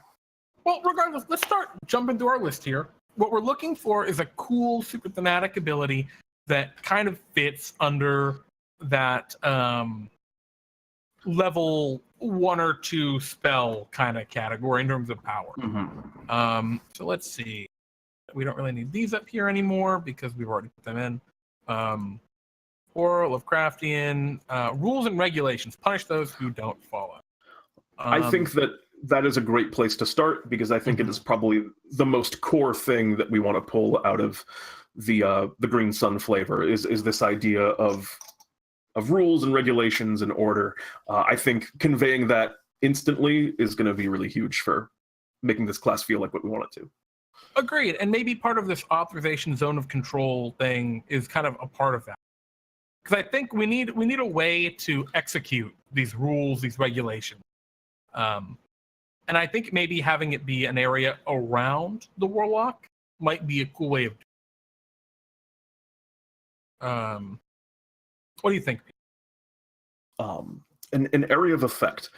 I mean, I think there's some potential there. Would it be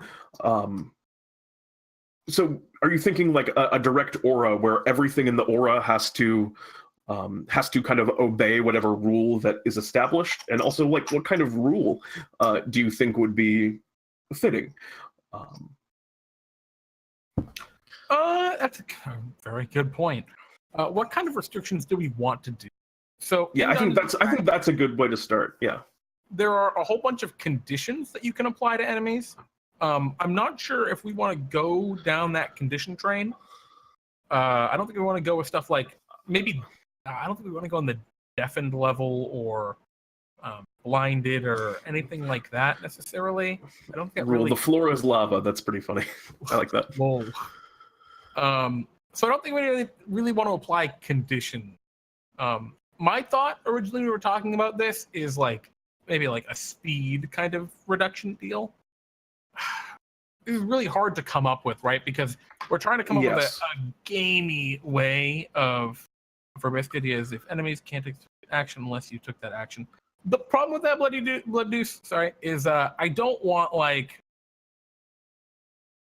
There's a very fine point where like things break the purpose of the game. Like if you have an enemy and one of your allies grapples them, and you run up to them and then just do nothing, and then they can do nothing, that is monstrous. That's so powerful because that just breaks the core of the what about in that case not necessarily directing that they can't take a certain action, but directing how they attack? For example, the ability to control who they strike. If they're within, maybe if we're going to do the aura thing, if they're within a certain radius, or maybe it's just something that you can activate where the enemy is forced to either succeed on some kind of save or attack a particular target of your choosing. Maybe you can force the enemy to attack your tanks or something along those lines. Like you say that is the only one they can access. That's, I think, not exactly what I want, but starting to get in the vicinity of something we could use. Yeah, so right now what we're looking at, we're brainstorming an aura. But does that make sense? Compared with all these other abilities, an always-on aura that can always apply would have to be so weak. Trivial, yes. To be on the same kind of scale as these other abilities. So maybe... what I would be more into, I was going to say, what I'd be more into for the aura, maybe we can push the aura back a little bit. And we had talked a little bit before about that aura of like discomfort. I think that's a little bit more fitting for an aura too. Like you just kind of give off these vibes of kind of confusion and of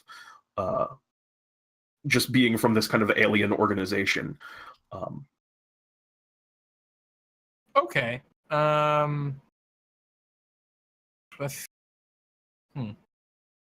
I'm trying to think of how would we in practice execute confusion. Obviously, one way is through charisma, whether it be a charisma save penalty or a wisdom saving penalty or something along those lines. Charisma, wisdom, intelligence. I don't think we'd really be impacting physical abilities for the most part, if any. but I think disadvantage on a save is a little too gamey. It's not as It doesn't quite feel as I want it to. It doesn't quite feel right. The enemy with disadvantage melee attacks. No, I think we're getting a little too gamey. What about if we're going to do this rules for kind of a first thing? What about a mark, sort of a mark that you can put on someone, and then once you have marked someone in some way, then you can start influencing them instead of an aura, and then we can do the aura a little bit later on, because it seems easier. It seems easier to pair rules with something, because I just don't know if those two ideas fit together, like thematically, auras and also this kind of. Yeah, I'm interested here in something Psychopath's saying in chat. Reducing damage within a radius by a certain. That might be a cool idea, as it's kind of comparable to Dark One's Blessing, but if we put it on a oh, don't even worry about a blood deuce. I mean, we're having with anything. Any ideas we super appreciate. X enemies get Bane blessed, basically. That might not be. This actually might be a really good place to put in the Bane ability. The kind of built-in Bane feature. That might not be I think that has the potential to be aura-y. Like, that feels like something. And I think that's also a good way to represent mechanically people being off-put by. Well, I was going to say people being off-put by you. Is like they look at you and it just like throws them off their game. The way that you act, the way that you behave. So let's look at the Bane spell here. So Bane spell, what that will do is, as an action, you can pick up to 3 creatures. They have to roll a saving throw, and they get a reduction to their attack rolls equal to 1d4. And I think it's attack rolls, ability scores, and saving throws. I'm not positive about that. But let's say that. Right, let's say the idea we're going to go with the Bane. We want something kind of in between. I think we're looking actually at the Fey Presence as our kind of touchstone here. Up to 4 creatures is Fey Presence. I think Adrian has a really good idea in chat, X being charisma modifier. Creatures where X is Sha mod. That's cool because it scales now with you. Or maybe, yeah, I think we'll stick with that for now. Now, how long would it... Sorry, go ahead. Well, my thought is that I think that this ability would be better suited as a higher level ability. Because if you want it to be like... Because I think this works really well for the potential of an aura, and I think having a powerful aura at this point would be just way too overpowered. But I think this is something that could work really well for kind of including that a little bit farther down the road, where we have a little bit more room to wiggle with power level. Yeah, maybe. The problem I have with the Bane spell is it's a lot of rolling, a lot of dice. That's true. You can slow stuff down a lot, which is kind of by the same regard, and by the same kind of train of thought, if we have the Bane spell, then we couldn't just have it be permanent, because I think that would be a little bit too good, which means they would have to be able to save out of it, and it would be another save at end of turn for like a bunch of different things, which also is a lot of dice and makes things very complicated. What if we treated it kind of like the opposite of a paladin, where creatures within a radius took a penalty to save? That might be it, rather than just straight up on the Bane spell. If we end up doing that, then there's also, I think, some play later on where we can give them effects that require saves because they're better at that. And if you have like an effect that requires an enemy to make like a single save, it feels really bad when that fails. So helping them out in that regard might open us up to give them some options like that later on. Well, I'm thinking, right, looking at the Fey Presence. Fey Presence takes up to 4 creatures. Realistically, you're looking at 2 or 3, and they're going to have disadvantage on their next attack roll if they fail a save, which is kind of what the frightened condition is going to do. And it's going to restrict their movement. I think the Bane spell is a very similar kind of feel, actually. I think if we're going to have this be, rather than an aura, have it be like a bonus action kind of, or not a bonus action, an action ability, I think this might be the direction we start on. Because I think that makes sense. Like an ability of just a wave of discomfort, right? That would be like a name potentially. Yes. Where it does something similar to the effects of the Bane spell. And maybe instead of X creatures, it's just all the creatures in the range. In the area that we decide on. Whatever. 10-foot radius. Radiusu. And then maybe something happens. They are under the effect of the Bane spell or something kind of comparable. We can figure doing something actionable. I like this, but I kind of was hoping that we could really hit that order theme first, because I think that's the thing that most sets this subclass apart. Like it seemed like that was the thing that we most wanted thematically to strike initially. The rules, regulations punish those who do not.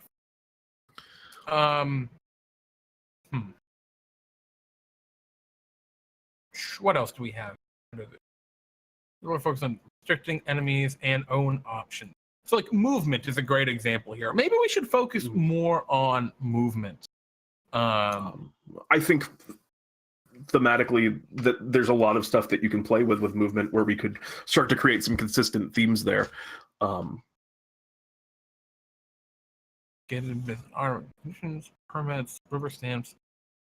So maybe that's what we call it. We call it the green tape. And repel. Psychopath says a repel aura, so only a certain amount of people can get close to them. I think that has a lot of potential. I think that has the potential to be a cool mechanic where they have an aura around them where if multiple enemies try and move in, like they almost have an invisible barrier, sort of like maybe that also plays into the queue where you can only move so many people close to them at a time. So if there's an enemy engaged with you, then another enemy is just unable to physically engage with you because they only allow one person at a time. I think there's definitely some potential there. So I think that's a neat idea, right? Repel aura, stopping things. But I think just gating it based on a hard number might not necessarily work for what we're kind of... Well, I think the number would probably have to be 1. Well, hear me out here, right? Let's talk about the Archfey here. Archfey gives you 2 abilities, Charm, Frighten. Well, what if we have a list of different abilities like that? So if it's the green tape, I don't know, something movement embargo. I don't know what this. Placeholder names. What's the names? Placeholder name, which is just creatures within X feet cannot move unless they succeed on a DC blah blah blah saving throw, and that's one of your options, right? Just completely stop their movement. So do you want to just kind of like a grab bag of sort of effects? Yeah, I think that might be a cool idea because stopping movement, fear, the frightened condition does a very similar ability. It stops movement. For the most part, they can't move closer to you. A lot of the times, that just stops movement for monsters, especially if you're on a grid-based system. So a cool idea, right? Phrasing would probably be speed reduced to 0. Yes. Yeah, exactly. Speed reduced to 0, whatever. We're going for the feel, I think, right now. So maybe that's one of the options. Maybe they get a whole bunch of different options. So movement, whatever. Maybe we just call one action economy. I don't know. Creatures within X feet have disadvantage on all attacks past the first, or something. So that'd be almost kind of a multi-attack defense kind of thing there. Maybe a can't take reactions. Can't take reactions. Creatures can't take reactions. And so the idea is we have 3 different kind of things put in here. All of them are, for the most part, weaker than what we have here on the Fae. And that's great, because we can do a couple things with this, right? We can either say, rather than an action, this can be a bonus action and have the same kind of range of effect as the Archfey, but as a smaller, it's easier to do. Or we can have the area be way bigger, right? we can say instead of only a 10-foot cube, we can make it a 30-foot radius around the spellcast. I would almost like to make this. I would almost like to have it be a lot of these small niche effects, because I think that that's flavorful for the Green Sun cultists, is this kind of attention to details and playing things very closely. I'd rather have them be a bunch of very niche effects that you can toggle between, that have a little bit more, rather than being a one-time effect. Like, you can adapt the rules to the given situation. You're kind of rewriting the way you want things to flow based on, what you're up against. Okay, so basically you're saying rather than it being a one-time use like feature, you want it to be more of something they can continually use? Yes. Well, let's look at the other features and see if there's any place where we can do that. Because we can't do that as a level 1 feature. That's totally incongruous with the other level. Let's see what. Well, I mean, it would have to. I mean, I'm talking about something that would be a little bit more pared down and a little bit closer to Dark One's Blessing in terms of power level. I was thinking maybe a weaker power level, but more utility. Like, I just don't understand where we'd be going from there. I don't know. It's just I don't. Sorry, go ahead. Okay. I mean, I guess it just doesn't quite convey it to me with the one kind of like big area of effect move. Yeah, I mean, I guess it's close. We can talk about it. I don't really. Yeah, I'm just trying to think of an ability that really makes sense. Like, if we were going to pare this down to the level of Dark One's Blessing, which is effectively like 8 to 10 hit points, is what we're looking at for that over the course of a short rest. I mean, preventing creatures' movement, that often can just stop an attack, which is going to be 8 to 10 hit points worth of damage just on that ability. Actually, a disadvantage on attacks past the first, very similar kind of idea. Creatures can't retake reactions. It's the same kind of feel. I'm not sure how we can pare this down much further. You know what I mean? Like, yeah, I don't understand where, like, what you'd be wanting to go at there. I would rather almost make it DC rather than in a huge AoE, maybe like a single target thing that you can kind of jump around on someone with. Because doesn't that sound cool? Like, if you have one person that you've covered with the green tape, so to speak, and then on one turn, because it's the most advantageous, now they can't move, or on the next turn, because you need it to be, now they can't take reactions.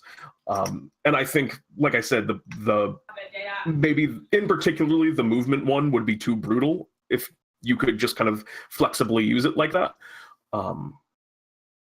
But I think that a bit of flexibility also just seems more fun to play as opposed to one kind of like big, just kind of blast like this. Because I don't know if I would get excited about just kind of. So really, it's like one person, you follow the rules. It's not everyone. Yeah. Is what you're saying. All right, yeah. I mean, we can do something like that. I mean, okay. So, but if it's still the green tape, we just say, one target. And then it's maybe concentration. Yeah, I'm into that. Ongoing 1 minute, something like that. Whatever. We'll figure out exact numbers, and then pick an effect at on your turn. Whatever, we'll figure out exact phrase. Or can change effect as bonus action. There we go. Can change effect as that's what I was thinking too. The ability to alter it as a bonus action. So we're going to need to really pare these down to be a little bit less impactful. Maybe reduce, instead of stopping them, maybe reduce speed by a certain amount. So it's going to be a save DC. We have to pretty much do that to start with. One target. Agreed. Concentration. Wisdom, probably wisdom. Yeah, or wisdom. I mean, I guess like I could almost feel like I could make a case for any of them, but Yeah, whatever. We'll say wisdom. Doesn't matter. Let's see. I'm just looking at. Anyway, placeholder name. Creatures can't move. Blah blah blah. Maybe within X feet of you. Within creatures can't move within X feet of you, I think is pretty cool. Or if we want it to be simpler, we could do just like a speed reduction. We'll call it the speed limit. That's actually a pretty good name. Speed limit. Creatures. Creature speed reduced to. I don't know. Halved. Reduced by half. Can't gain benefits from speed boost. Speed increase. Yes. We'll figure out exact phrasing for that in the future. We're not really worried about that quite exactly yet. Intelligence avoided rules and regulations. Maybe actually, kind of like that. So speed is reduced. That's so powerful. Yeah, that seems a little good. I mean, Maybe this is also just as powerful. Just it only lasts one turn. Obviously, save ends for this ability. Yeah. That's so strong, though. Maybe this ability will be a little more powerful than the other ones, and then we'll have to tone down some of the other abilities. Creature speed halved instead of halved, we could do like a flat reduction, like a 10 feet reduction. Yeah, but is this then? Which is, I guess that's situationally. Yeah. I guess situationally also that has the potential to be actually more brutal than halved. Yeah, depending on a gelatinous cube. Whoa. Action economy. Maybe we can come up with a better name than action economy. Kind of like it, but I'm not sure. Disadvantage on attacks past the first. I don't know if we need that. That is also insanely powerful. Jeez. Can't take. I almost want to say like can't take, but that's kind of what we're going to get at with Wave of Apathy. Maybe there's some other third arbitrary thing that we can come up with. Can't take reactions. So we got speed. We have reaction. Let's look at the list of stuff that we want to include. Okay, sure. Let's scroll back up. Order Chaos. Crafting Horror. Sign in Triplicate. No. Characters. Demotion or promotion. Maybe there's something that we can kind of work in that regard. Maybe. I don't know. This first ability is a little funky just because they're all so keeping on that same power scale as a challenge here.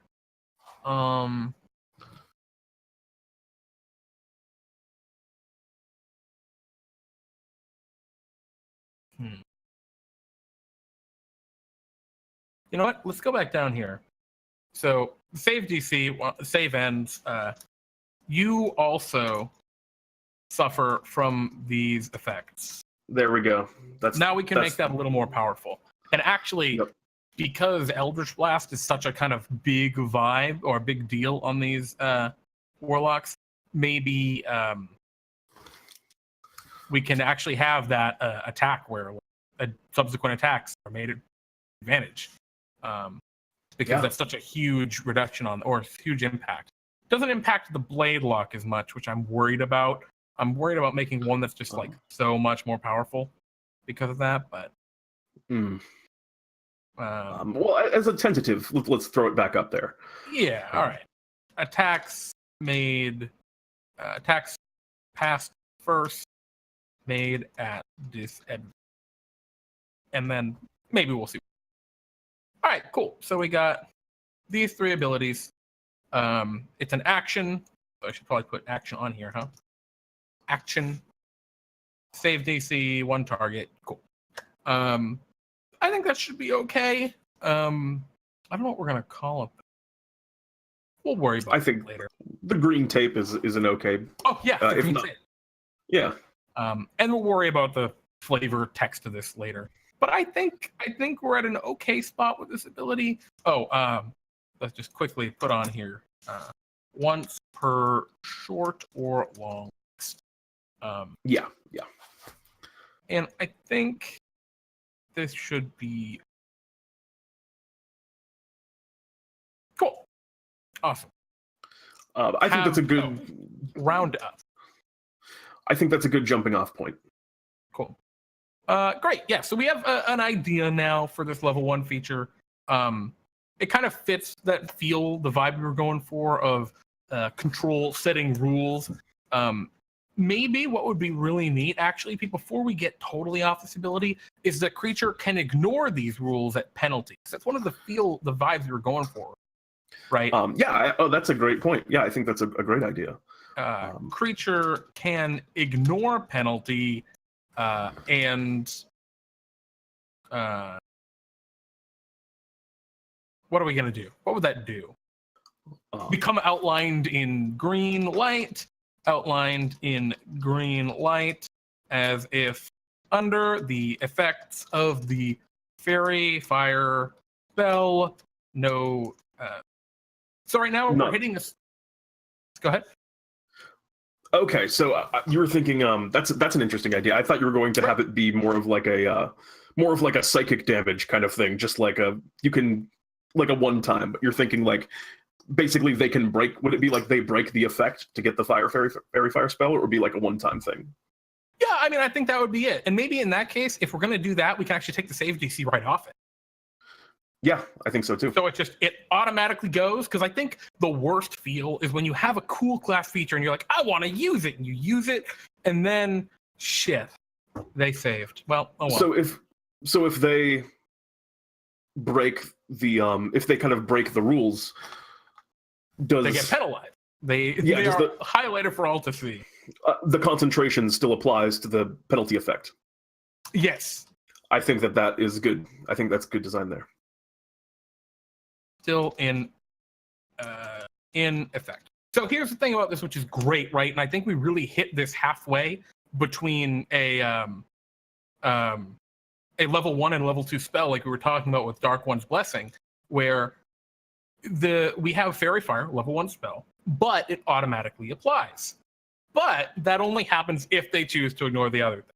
It's a little wordy, a little complicated. Yeah, a little convoluted. Maybe we can afford to pair like one of these down, like the Wave of Apathy. I think we can maybe take that out. I think we can get that flavor elsewhere. Yeah, we'll see. We'll leave it for now. They get attacked by tentacles. That's not a bad idea either. But yeah, the green tape is like tentacles. I'll put that on here.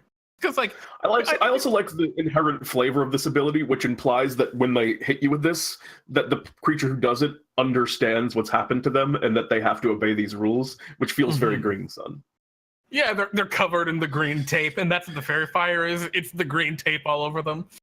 Just like I like this. I think I'm happy where this is right now. I think it's pretty impactful because we've paired it to a single target and made it as impactful as you really want. Cool. Ba boom, bada boom. We're going to move on. We'll come back and pretty this up later. Yep, it'll be throughout the week. It'll be pretty. Mess with the balance on it a little bit. Try and make it a bit more simple. Psychopath says very complex first level ability. Yeah, it is. Well, it is. Yeah, it's definitely a little convoluted. No two ways about that. It is. Yeah, and we can pare this down a little. Keep in mind, we are building this for DnDTime. And so if someone's taking this special homebrew option just for DnDTime, we're going to expect they have a little bit of understanding about DnDTime in general. And that hopefully the flavor we're going for here actually kind of conveys the Green Sun, right? Something that hopefully they'd be familiar with if they're picking this class. If they're familiar with the Green Sun and they're picking this class, it's going to be a little weird, but, each their own. Anyway, level 6. Level 6 feature is pretty cool. Again, we're looking at a fairly low power ceiling, which, whatever, we'll figure it out. I'll start with the Archfate's Misty Escape. Basically, when you take damage, so you take the damage, that's really important. You can teleport 60 feet and become invisible. That's pretty good. You can only do it once per short rest. And you remain invisible until the start of your next turn. Oh, it's till the start of your next. That stinks. So you can't really gain advantage from the invisibility very easily unless you proc it with an opportunity attack. That's pretty weird, actually. Yeah, so this ability is very much a defensive ability. It's a one-time use thing, and the only thing it really does, unless you stretch it, really like play with it outside of its normal intended use, is it teleports you and hopefully prevents other things from attacking, which is good. Like, that's impactful, but it's not super powerful. It doesn't really affect your combat ability very much. Maybe a little more survival, assuming the damage from the attack isn't. Looks like a Dark One's own luck. You can call upon your patron to alter fate. Cool.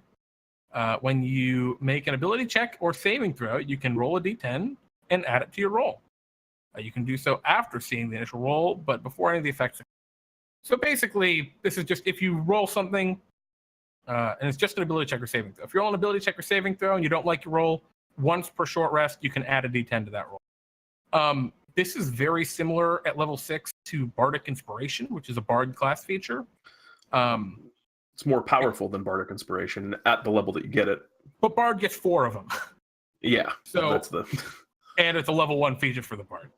So comparatively, this is a very low power spell. It is sometimes when you think you failed a check or save, you might not. The name is very good. Yeah, sick name, but again, a very low power level here, low power ceiling we're looking at. And Entropic Ward. And this is going to be important because I think Entropic Ward, we're going to see, when a creature makes an attack against you, you can impose disadvantage on the attack. If it misses you, your next attack roll has advantage. So that is a much more powerful feature than the other two.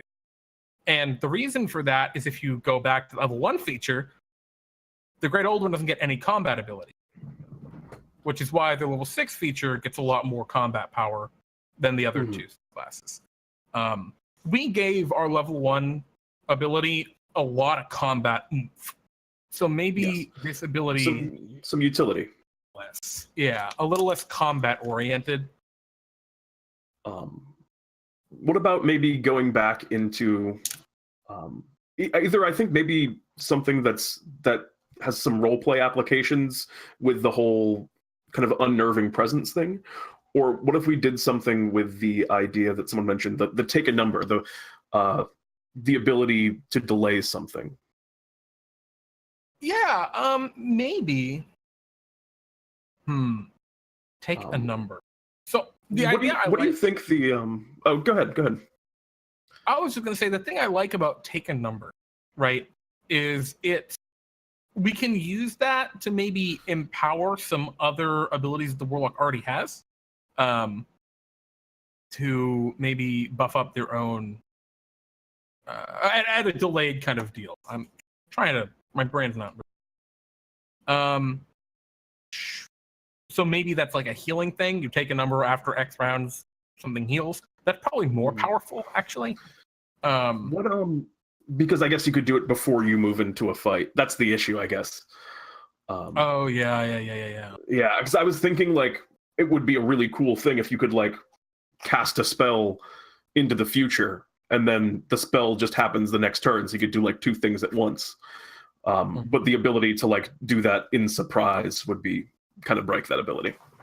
Yeah, but I think more than that, right? We're looking at, like, that's a very combat oriented feature if we're doing it. If it's like a spell, for example, that's a super powerful ability. And then why would you cast it into the... Yeah, that's what I was thinking. I feel like you could come up with some creative things to do with that, but I'm not sure what it would be, and it's not immediately obvious to me, which means that maybe that's not the way to go.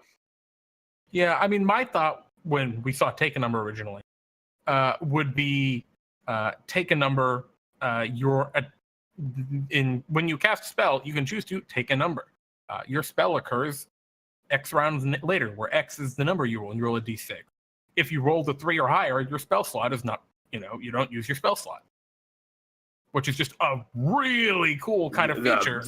I think that's sick. It's go the extra mile. Very, very powerful. But it's a bang or bust. Like if you get a 2, it's just like, well, my spell happens now 2 turns after now, and I don't get my spell slot back. Shit. Yeah. I was thinking that might be a cool way to roll with that, but I think that's way too combat oriented for what we're going for here. Maybe Something to do with the phrase technically correct. technically. It's the best kind of correct, as they say. Maybe we can do something with notarize or sign in triplicate. Let's see some other ideas that we're going for in this kind of vibe. I had this distorting reality kind of feel on here. To never lose a spell slot. Yeah, I was thinking about the Bionic Shiba, but so powerful. Because it's just like you have unlimited spell slots as long as you're willing to. Yeah, as long as you're throwing them into the future. Yeah, and that was I don't think we can do that. I think that's why, like, on the 3 or higher effect, that's pretty cool. Especially, the reason I really like that is out of combat as a feature. You can use that to, like, yeah, fine, I'll take the risk. Out of combat, we're good. I don't have to worry about it. I have like a 2/3 chance of keeping my spell slot. Yeah, you get to use some of those utility spells that you want to save normally. Yeah. But maybe something with distorting reality. Maybe some influence on the area around. Maybe this is where we can kind of put, I think Psychopath was talking about a minute ago, a negative aura. So maybe we can put this. Let's see, turn the sun green, temporarily nerf enemies. I don't think that's really the place here. Maybe like the reposition ability could go here.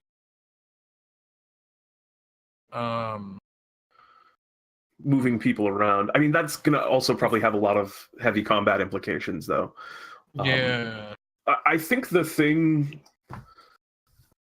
that they have that most goes along with it in the theme that I think has the most kind of social encounters. I think that this is the point where we double down on the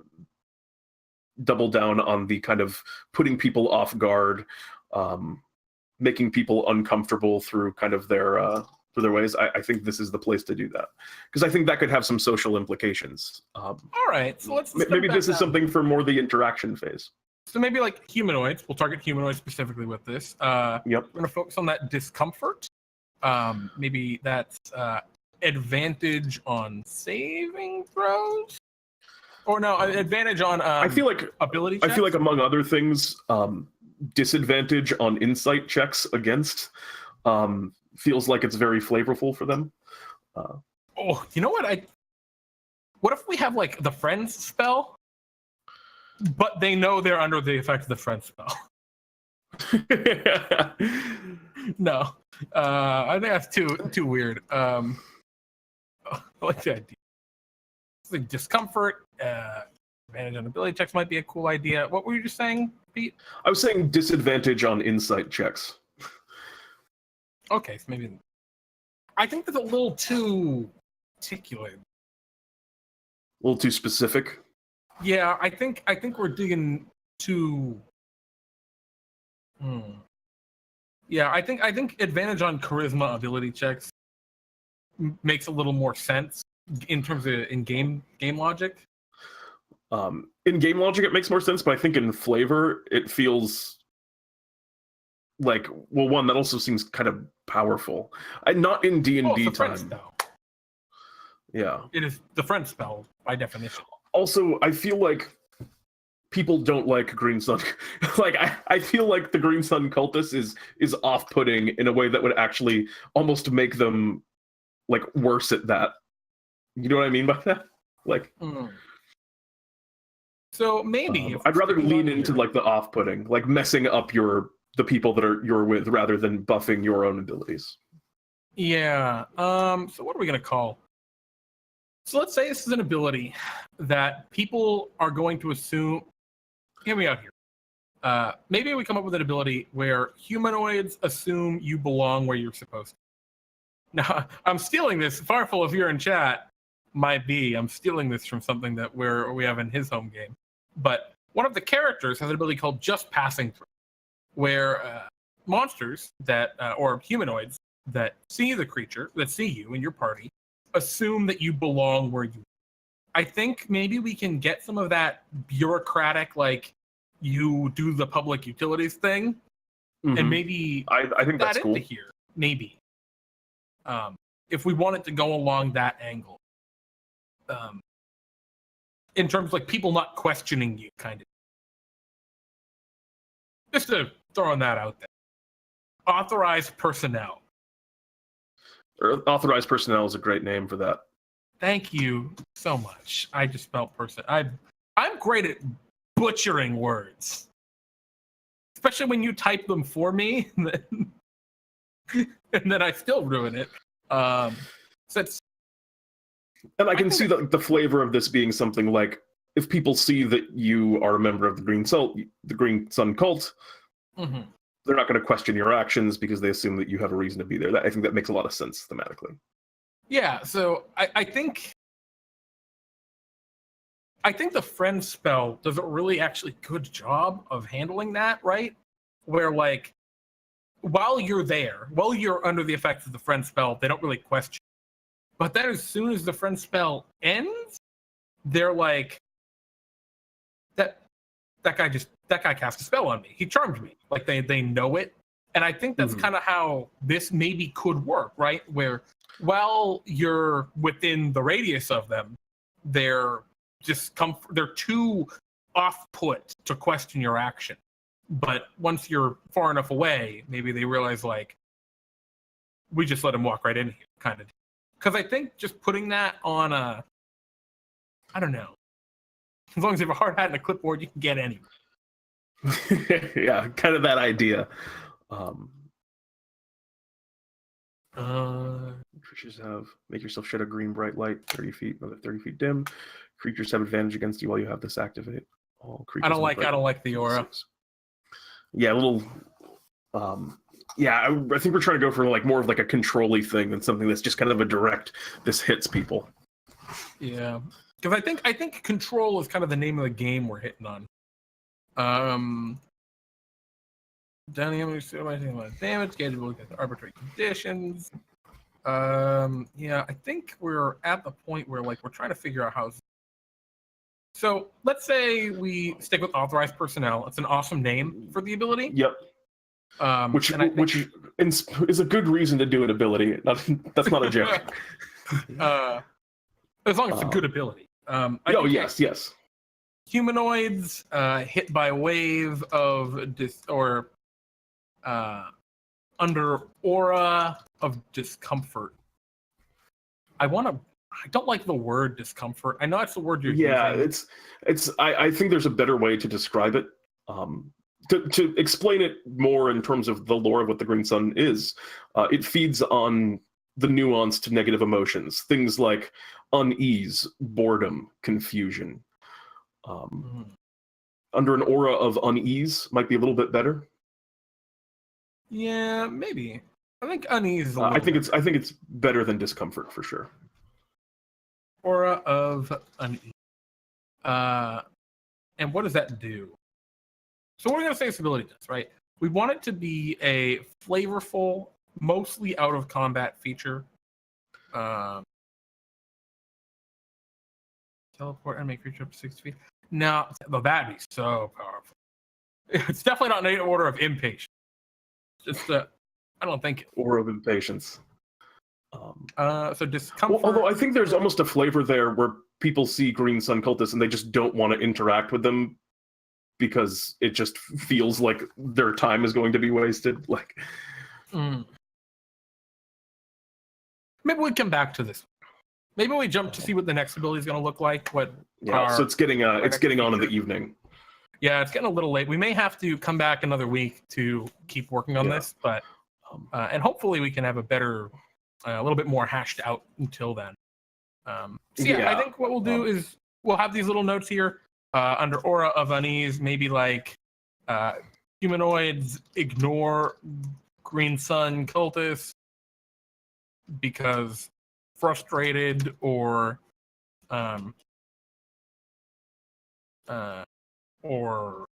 uncomfortable.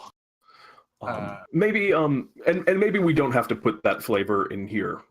Because it seems like we're shoehorning it a bit because that's something that we want out of it, but it doesn't quite like. I think the authorized personnel stands for itself. Like you're a member of the Green Sun cult, so that people respect that as an agency and will therefore assume that you're on official business when they see you in strange places. Yeah, so we'll come back to this one. I think we're going to need to do a little bit more finicking here, because actually all of these are combat abilities. Just one is way more powerful. Maybe we do need to go more on the combat level. Whatever. Let's look at what the next ability is going to look like, because we might have a better idea here. I think here is where we're going to get a little bit more impact. Level 10. Start to make some of the fun ones. Yeah, Archfey gets an immunity to charm. That's huge. That's a really big deal, is actually immunity to charm. And when a creature attempts to charm you, you can charm them back. That's pretty sweet. Yeah. So, and it lasts for a minute or until the creature takes damage. That's huge. That's a pretty big feature. Note it takes damage, not is like attacked by you. You can like grapple them and stuff. And not that you're going to be much of a grappler as a warlock, but you could, in theory. So that's a pretty cool feature. Not on concentration. It's a reaction ability, so it's great for action economy. And it's immunity to a pretty, a reasonably important condition against very specific. Fiendish Resilience, you can choose a damage. You gain resistance to it. And damage from magical weapons or silver weapons ignore this resistance. I didn't actually know that. That's pretty cool. I kind of like that. It feels right. Not as powerful as I thought it was when I originally read it. Yeah.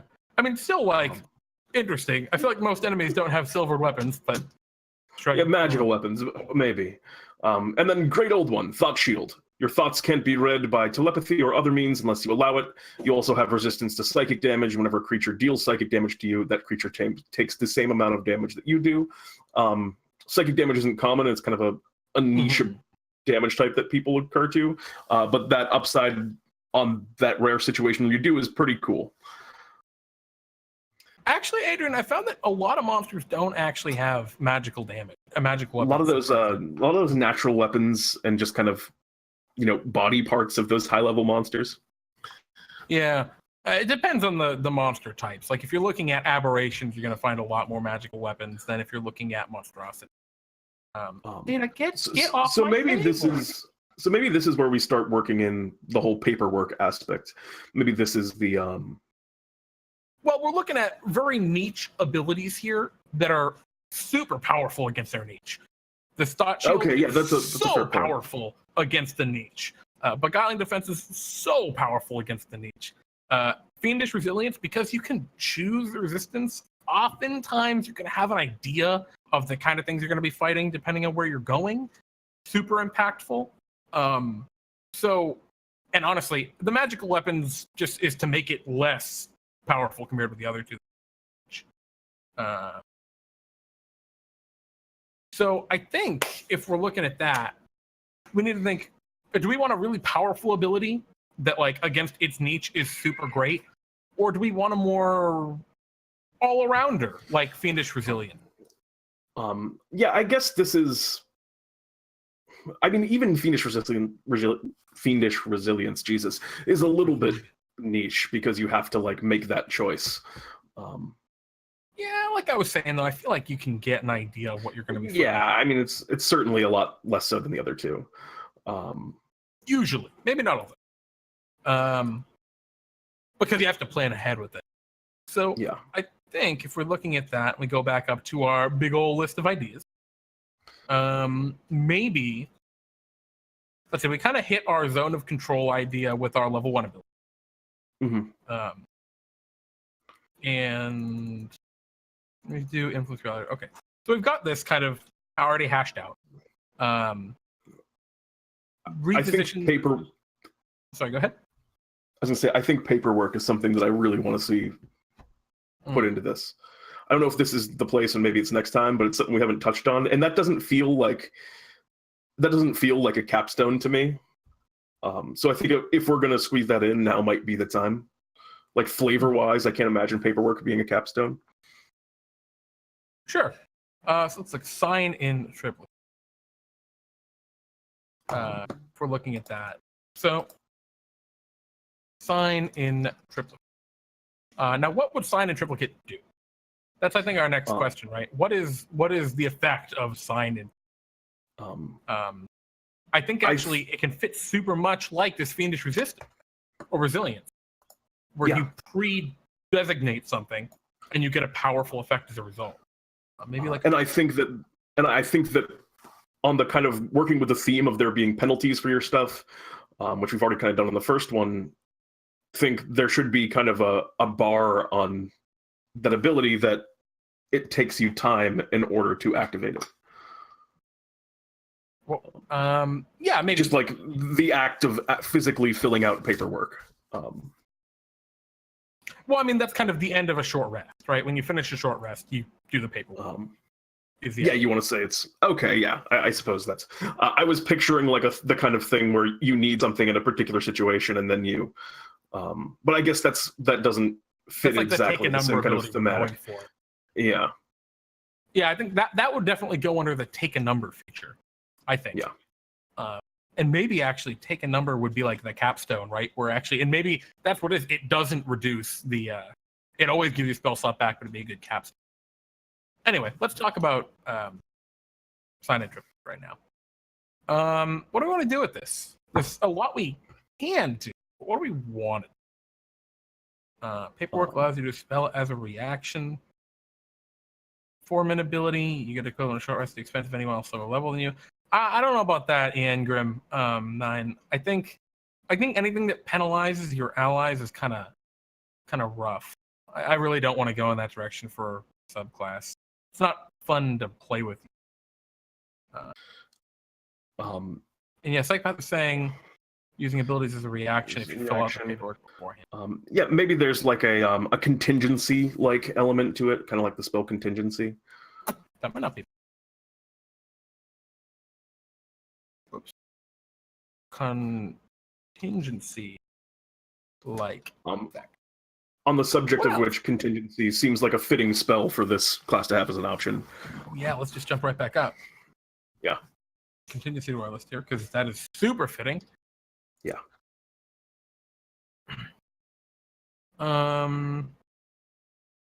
You know what might be a cool ability here? And because we actually had some specific scenarios we listed. Oh, wait, I'm on the wrong one. Sign in triplicate contingency like effect. So maybe the triplicate, right? Maybe one of the things we had talked about before is having abilities that go off when certain conditions are met. Maybe this is the place where we list 3 conditions, and maybe there's like a list to choose from, choose from. So like enemy reduced HP, ally healed, and like just a bunch of different. We can have like a whole bunch of stuff. Yeah, I see what you're saying. Yeah, creature moves too fast, whatever. We can just create a whole list of different things. Yeah, I understand where you're getting at. And then once those conditions are met, you can activate whatever this contingency is. Activated, yeah, exactly. As a reaction, I think would be a cool idea. And maybe it's during the short rest, you can cast one of your spells without expending a spell slot. I think that's a really neat idea, right? Where you're getting that little bit of extra value, you're getting that contingency-like effect, but under a bunch of specific conditions you choose from. Yeah, and I'd like to make some of those Oh, that's a very good point, actually. All of these abilities are defensive, as Farful is pointing out in the chat. I think that's a excellent point. Maybe there's a way. Oh shit, that was in my notes too. To make this defense. Yeah, I think at this point we're getting pretty late on here, and Pete and I are kind of, I think, pattering out a little. Yeah. So we might need to kind of take a break on this one in a couple minutes, and maybe come back to it next week, something along those lines. But And we might because originally we were hoping. I was actually originally thinking that we would bang the subclass out too quick and the show would end. Yeah, not even close. Perhaps next time we might adjust the way that we kind of do some things and like where to maybe come with a little bit more ideas beforehand, because eventually I would like to be able to get a whole subclass done per round. Here's where I disagree, and actually I'm dropping mad frames right now, and I'm not sure why. Oh yeah, sorry about you're that. A robot. Twitch you're chat. A robot.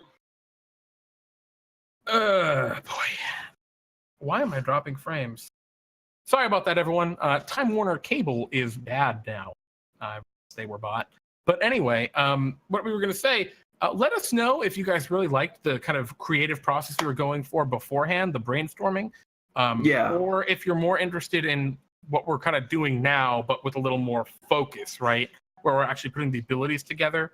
I know the stream just DC'd. Sorry about that, everyone. Nothing I can do about time. But basically, yeah, let us know what you're more interested in, the brainstorming or kind of the actual building, and we can kind of figure out what direction we want to take this for future episodes. Maybe we'll do a ton of brainstorming together, and then over the course of the next week, Pete and I actually build out the class based on that brainstorm.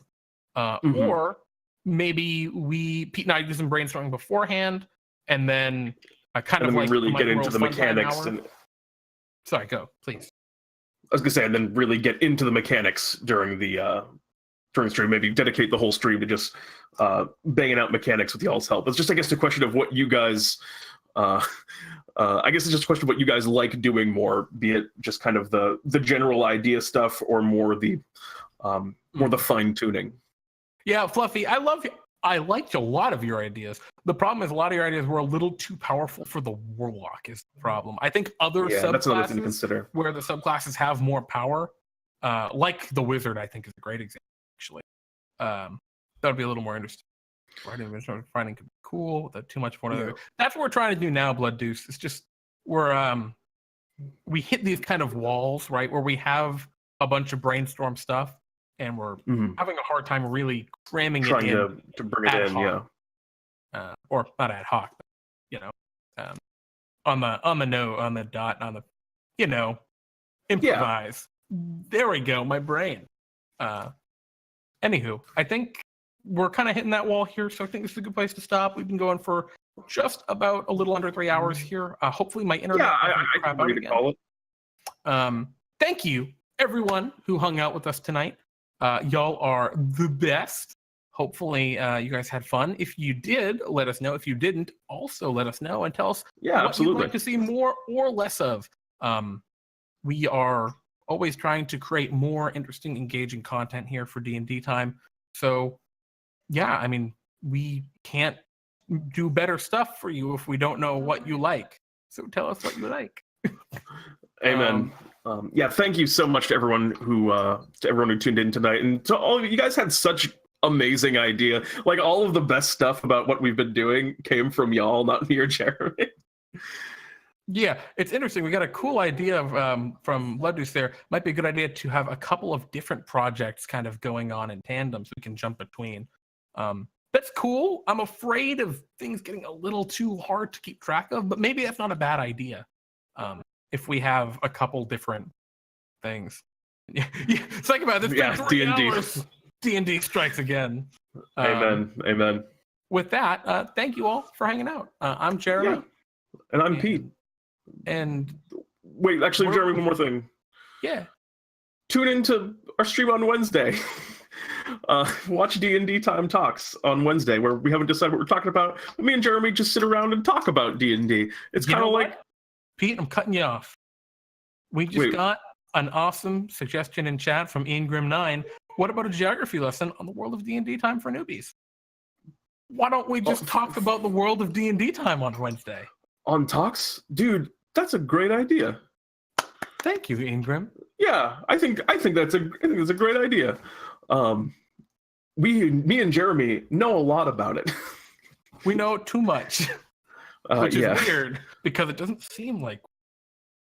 Thanks so much, Blood Deuce. Hanging out, everyone. I love all of you except I love myself and Pete just as much. Actually, I love myself the most. Sorry. I mean, who could blame you? Yeah, I'm a son of a bitch like that. Anyway, Thanks, everyone. Yeah, sorry, I just wanted to plug DnDTime Talks. Yeah, Wednesday at 6:30 p.m. Pacific Time, DnDTime Talks. Can you say it one more time? Yeah. Thanks for watching. So Jeremy, I believe you're going to say that you were Jeremy. Yeah, I'm Jeremy. And I'm Pete. And this is DnDTime Brews. Bye. Goodbye, everybody. Oh no, where'd my bye.